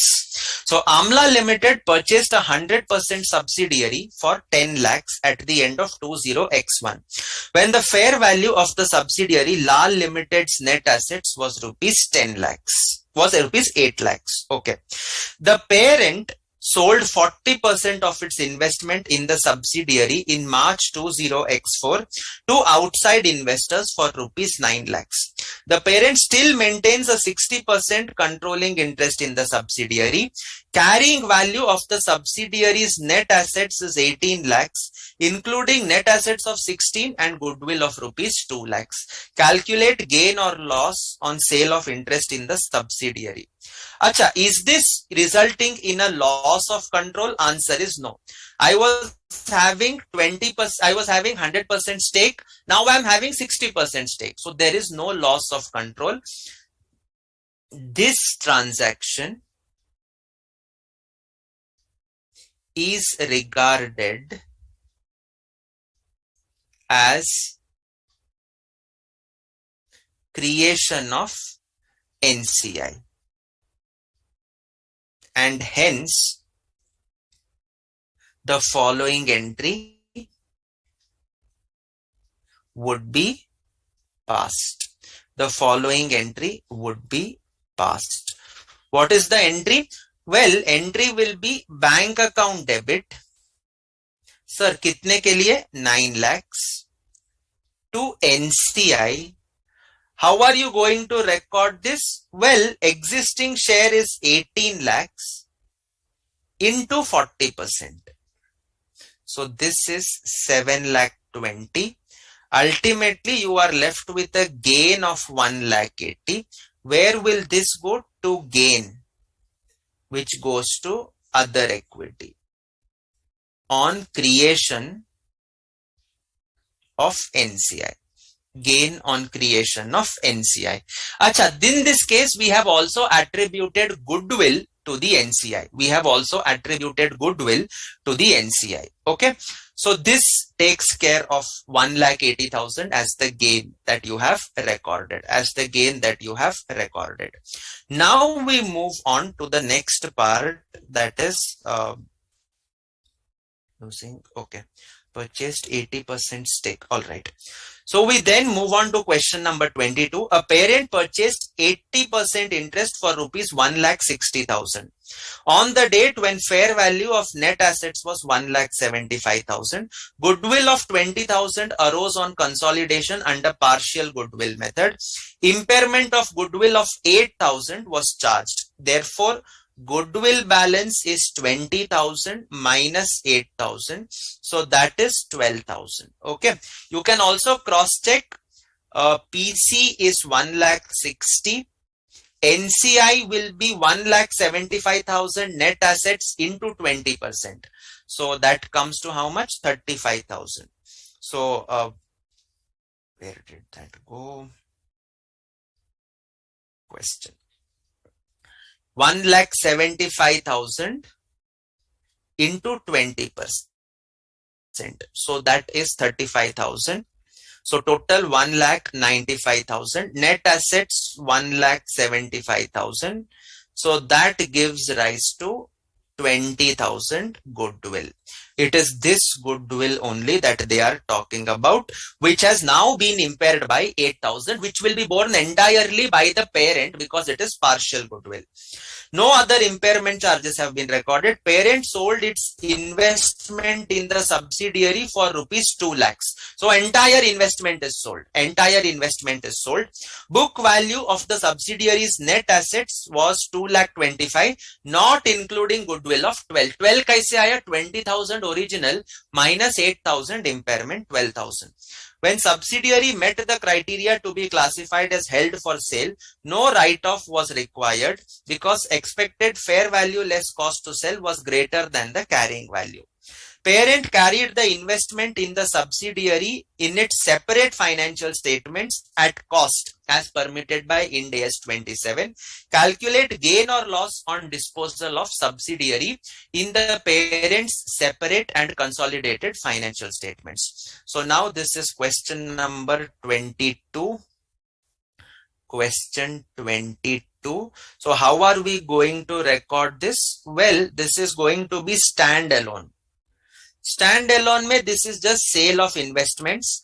So bank account debit 2 lakhs to investment in subsidiary 1,60,000 to gain on sale 40,000.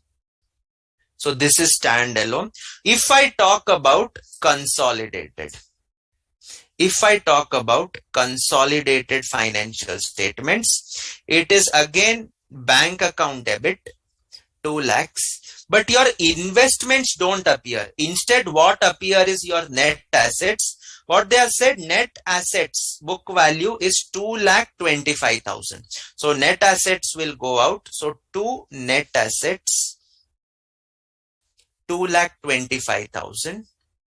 Then I will be having the goodwill that will go out. Now I cannot recognize the goodwill. So this goodwill is going to be 12,000. Then the NCI. Do I have NCI? Yes, NCI on the date of sale. This is worth how much?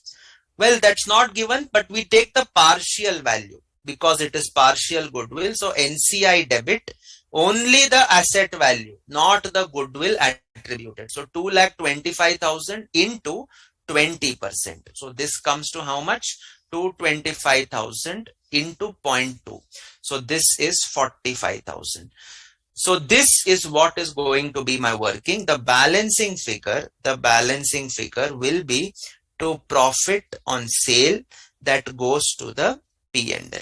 What will be this profit? This profit is going to be 8,000. This profit is going to be 8,000. So carrying value of subsidiary is equal to net assets plus goodwill minus NCI. So net assets is 2,25,000, goodwill is 12,000 and NCI is 45,000. So 225 plus 12,000 minus 45,000, 1,92,000. Sale consideration, you've sold this for 2 lakhs and therefore you have a gain on sale of 8,000. Gain on sale of 8,000 rupees, which we have rightfully recorded. Okay. So these are some questions that we have seen on sale. Okay. It is my sincere request to try question number 23 for homework. Try question number 24 for homework. Okay. And okay, so that takes care. And try question number 21 also for homework. Okay. If an investment is retained, what will happen is I will additionally be having investment account debit. If you do not sell anything, you will also have investment account debit, whatever be the value. This could be fair value or proportionate value. Okay. Proportionate stake, whatever is there of the net assets, that will be the value of the investments. Okay. So that is the only change which is there. Try this question, and I'm also leaving you one full-fledged question for homework. This is question number 25. Okay, you should be in a position to get this correct. You should be in a position to get this correct. I don't have time to explain this, so I am just skipping this up fast. So stake sale, I will give you the workings, the notes, whatever is there, I'll share it by this weekend. Okay, I'll definitely share it. Okay, and all the problems that we have done in the class, I will be sharing it to you by this weekend. Okay. So that takes care of my discussion on Ind AS 110 broadly, so to speak.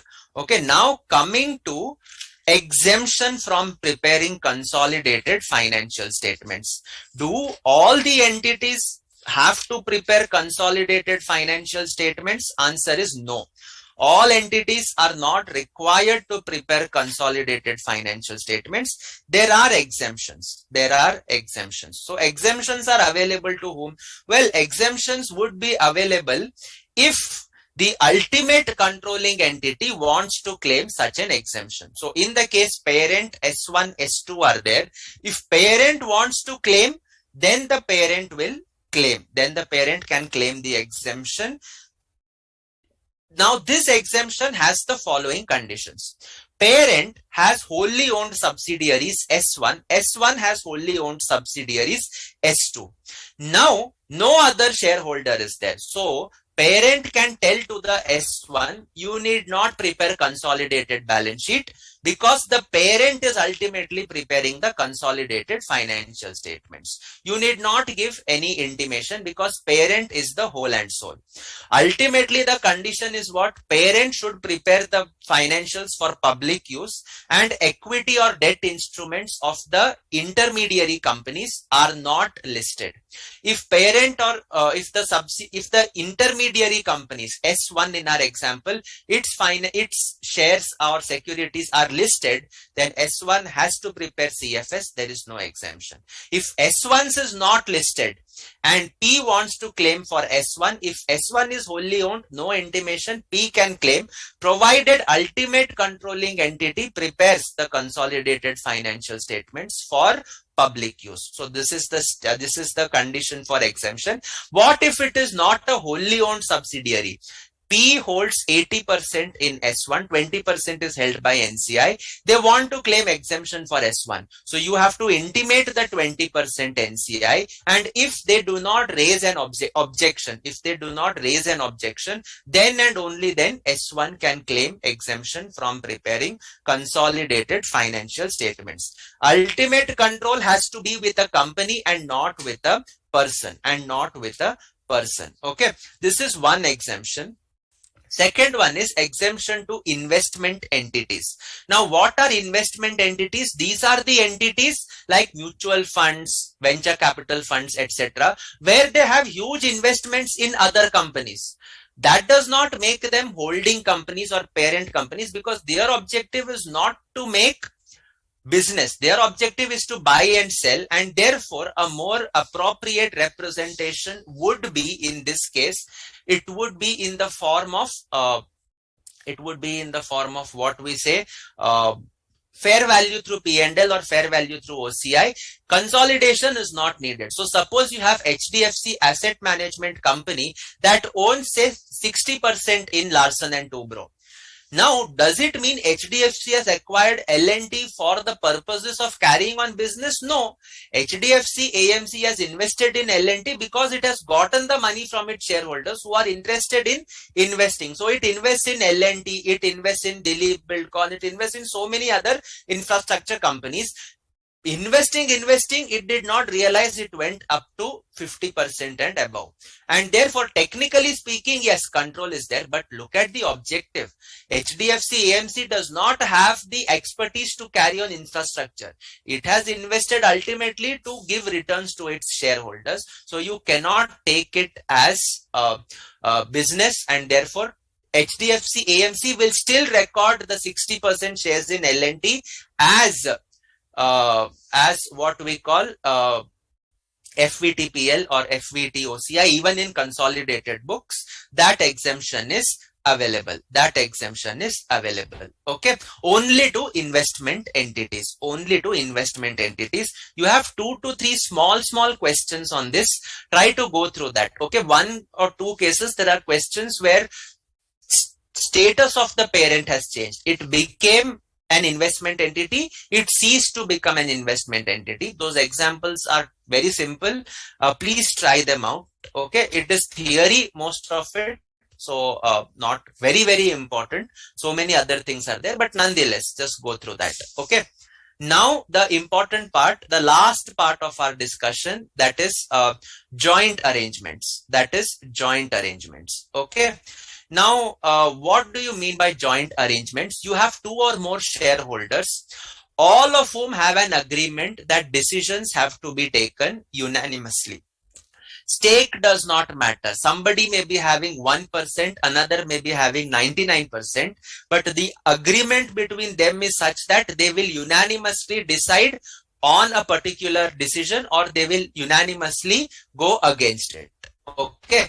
Basically, the entities will function only if all investors agree or all of them disagree. Okay. If even one of them agrees, one of them disagrees, the decisions cannot be taken. So that is the meaning of joint control. So joint arrangements means when you have joint control, when you have joint control. And when we talk about joint control, when we specifically talk about joint control, it means collective control with unanimous decision making. 2 factors, collective control. So there is no unilateral control. In the case of parent and subsidiary, there was a unilateral control. That is not there. You have a joint control, collective control, and you have unanimous decision making. You have unanimous decision making. Acha, these arrangements could be written, it could be oral, it could be implied, it could be verbal, it could be any of these cases. Okay.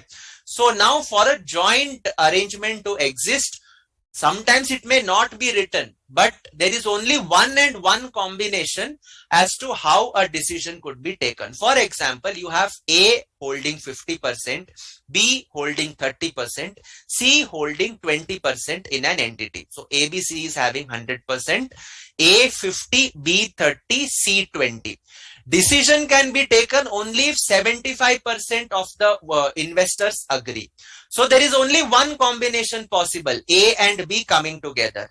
A and C not possible, B and C not possible. Only A and B should come together, because then they have 80% decisions can be taken. So therefore, the articles do not expressly state that A and B are joint controllers.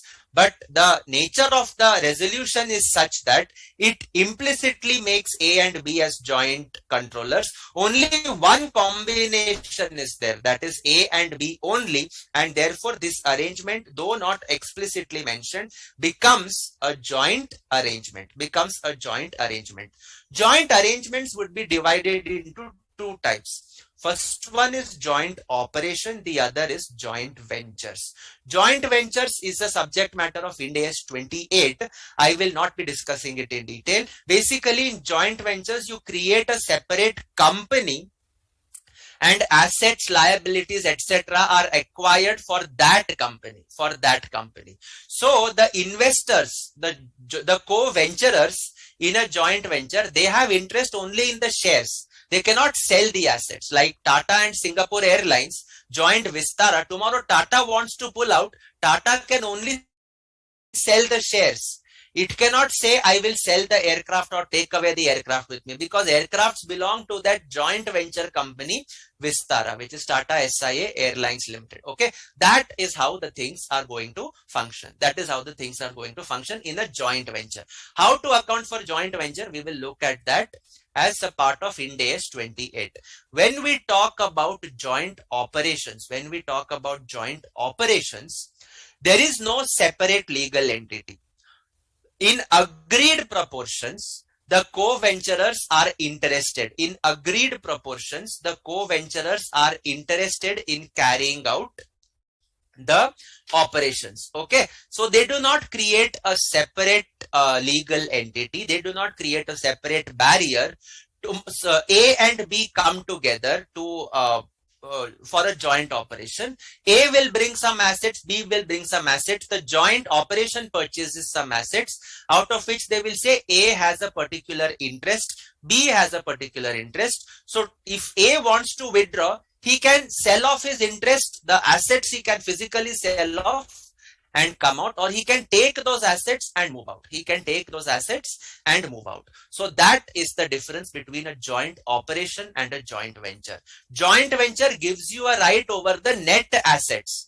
That is basically the shares of the entity. Whereas a joint operation gives you a right to individual assets and liabilities of the joint arrangement. Okay, so that is the meaning of joint operations.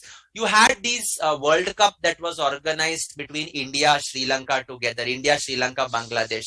That was a joint operation between BCCI, Board of Cricket for Bangladesh, Board of Cricket for Sri Lanka. Why joint operation? No separate entity was created. Existing assets were pooled in, the stadiums that are created, the existing stadia were pooled in, existing resources were utilized, and in the agreed manner, profits were shared between the three cricket boards. Okay, so this is what is the example of a joint operation. This is what is the example of a joint operation. So now, with this background, if we look at some of the questions, I doubt this does not contain the questions. Okay, all right, so that takes care of my point. Just a minute, please. We are having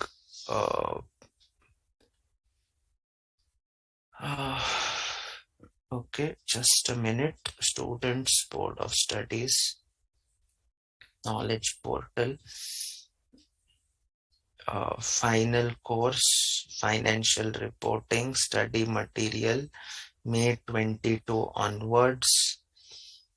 Okay, so now we are having joint arrangements. Okay, so this is what we have to discuss. Okay, so all these parts I have discussed. Go through the examples. The case studies are fairly simple. You don't have much to actually discuss and spend time on that. Okay, basically you are having right. Okay, so if you look at question number illustration 21 that is there here. Okay, if you look at illustration 21, P and Q form a joint arrangement. P and Q form a joint arrangement, each using a separate vehicle. Okay, however, the contractual terms of the joint arrangement states that P has rights to all the machinery and obligation to pay a bank loan in PQ. So now the thing is, it appears that there is a separate vehicle. For example, they joined hands to create a partnership firm. Now, is a partnership firm a separate legal entity? Answer is no. For tax purposes, it could be, but for the purpose of contract, partnership firm and partners are not different. So all partners have rights to the assets in the partnership firm and are responsible for the liabilities of the firm also. So you cannot say that partnership firm is a separate legal entity. So in the case of illustration 21, they form a separate vehicle, but if you look, the term of the joint arrangement states that the rights of machinery, obligation, etc. are expressly mentioned. So therefore, what will happen is we will do a consolidation on a proportionate basis. Line by line consolidation will happen. All the assets of the entity will be taken over, the joint operation, and be recorded in the individual consolidated financial statements of the parent and the consolidated financial statements of the joint operator. We call them as a joint operator. P is a joint operator, Q is a joint operator. In P's standalone, investment in joint operation will come. That investment will be eliminated, and in its place you will be having proportionate share of assets and proportionate share of liabilities, and ultimately it could give rise to goodwill or capital reserve also. Okay, so P and Q each own 50% of capital. So how would you record this? So machinery, cash, capital will not come. Okay, 75,000, that is wrong. Capital will not come. In the consolidated financial statements, capital will not come. the capital is replaced by these assets and liabilities. Balancing figure is going to give rise to goodwill. Okay, so that is the one mistake here, that capital is written, capital cannot come in this. Okay, so that is there. Same illustration 22, exactly same question, the same error is done. They have taken equity also, equity cannot come here. Okay, cash, building 1, building 2, debt, employee benefit in the agreed proportion will be taken over while consolidating. It will be eliminated against the cost of joint control, and you will ultimately have goodwill or capital reserve. Equity nahi aayega, equity cannot come. Okay, so that is the small changes that are there. Look into illustration 23 and 24 subsequently. It's very simple illustration, though I mean it's the same like what you have done before also. So I think you should be in a position to understand this. Okay, so with this background, I understand we have done joint operations and all slightly in a hurried manner, but they are easy. Okay, that is the only reason. It's like we have done something which is extremely complicated. So in front of that, joint arrangements and joint operations are fairly simple. You will be discussing in detail about equity method because that is more important from your examination perspective. So your equity method will be taken subsequently towards hopefully the end of this month. So until then, I don't know when we are going to meet again. So if we meet, well and good. If we do not meet, all the best, and see you in the next class, hopefully. Okay, I do not know. Okay, so any doubts, feel free to reach. You have my, you have the contact details. Okay, you have the email IDs of the institute. So please feel free to reach out. All right. So with that, it concludes our discussion, and it concludes our standards in detail. Okay, so from my side, I will be giving you the notes on changes in case of additional stake is acquired. I will be giving you notes on stake, on sale of stake. I will also be giving you notes on little bit notes on joint ventures, joint operations, and I will be giving you notes on exemption. Okay, these 4 small topics are there for which I will have to give you the notes. Okay, I'll be sharing the notes. Until then, stay safe. I'll be sharing by this weekend. Okay, by this weekend I'll be sharing the written notes, so please refer to them once they are uploaded. Okay, so thank you everyone, and see you guys.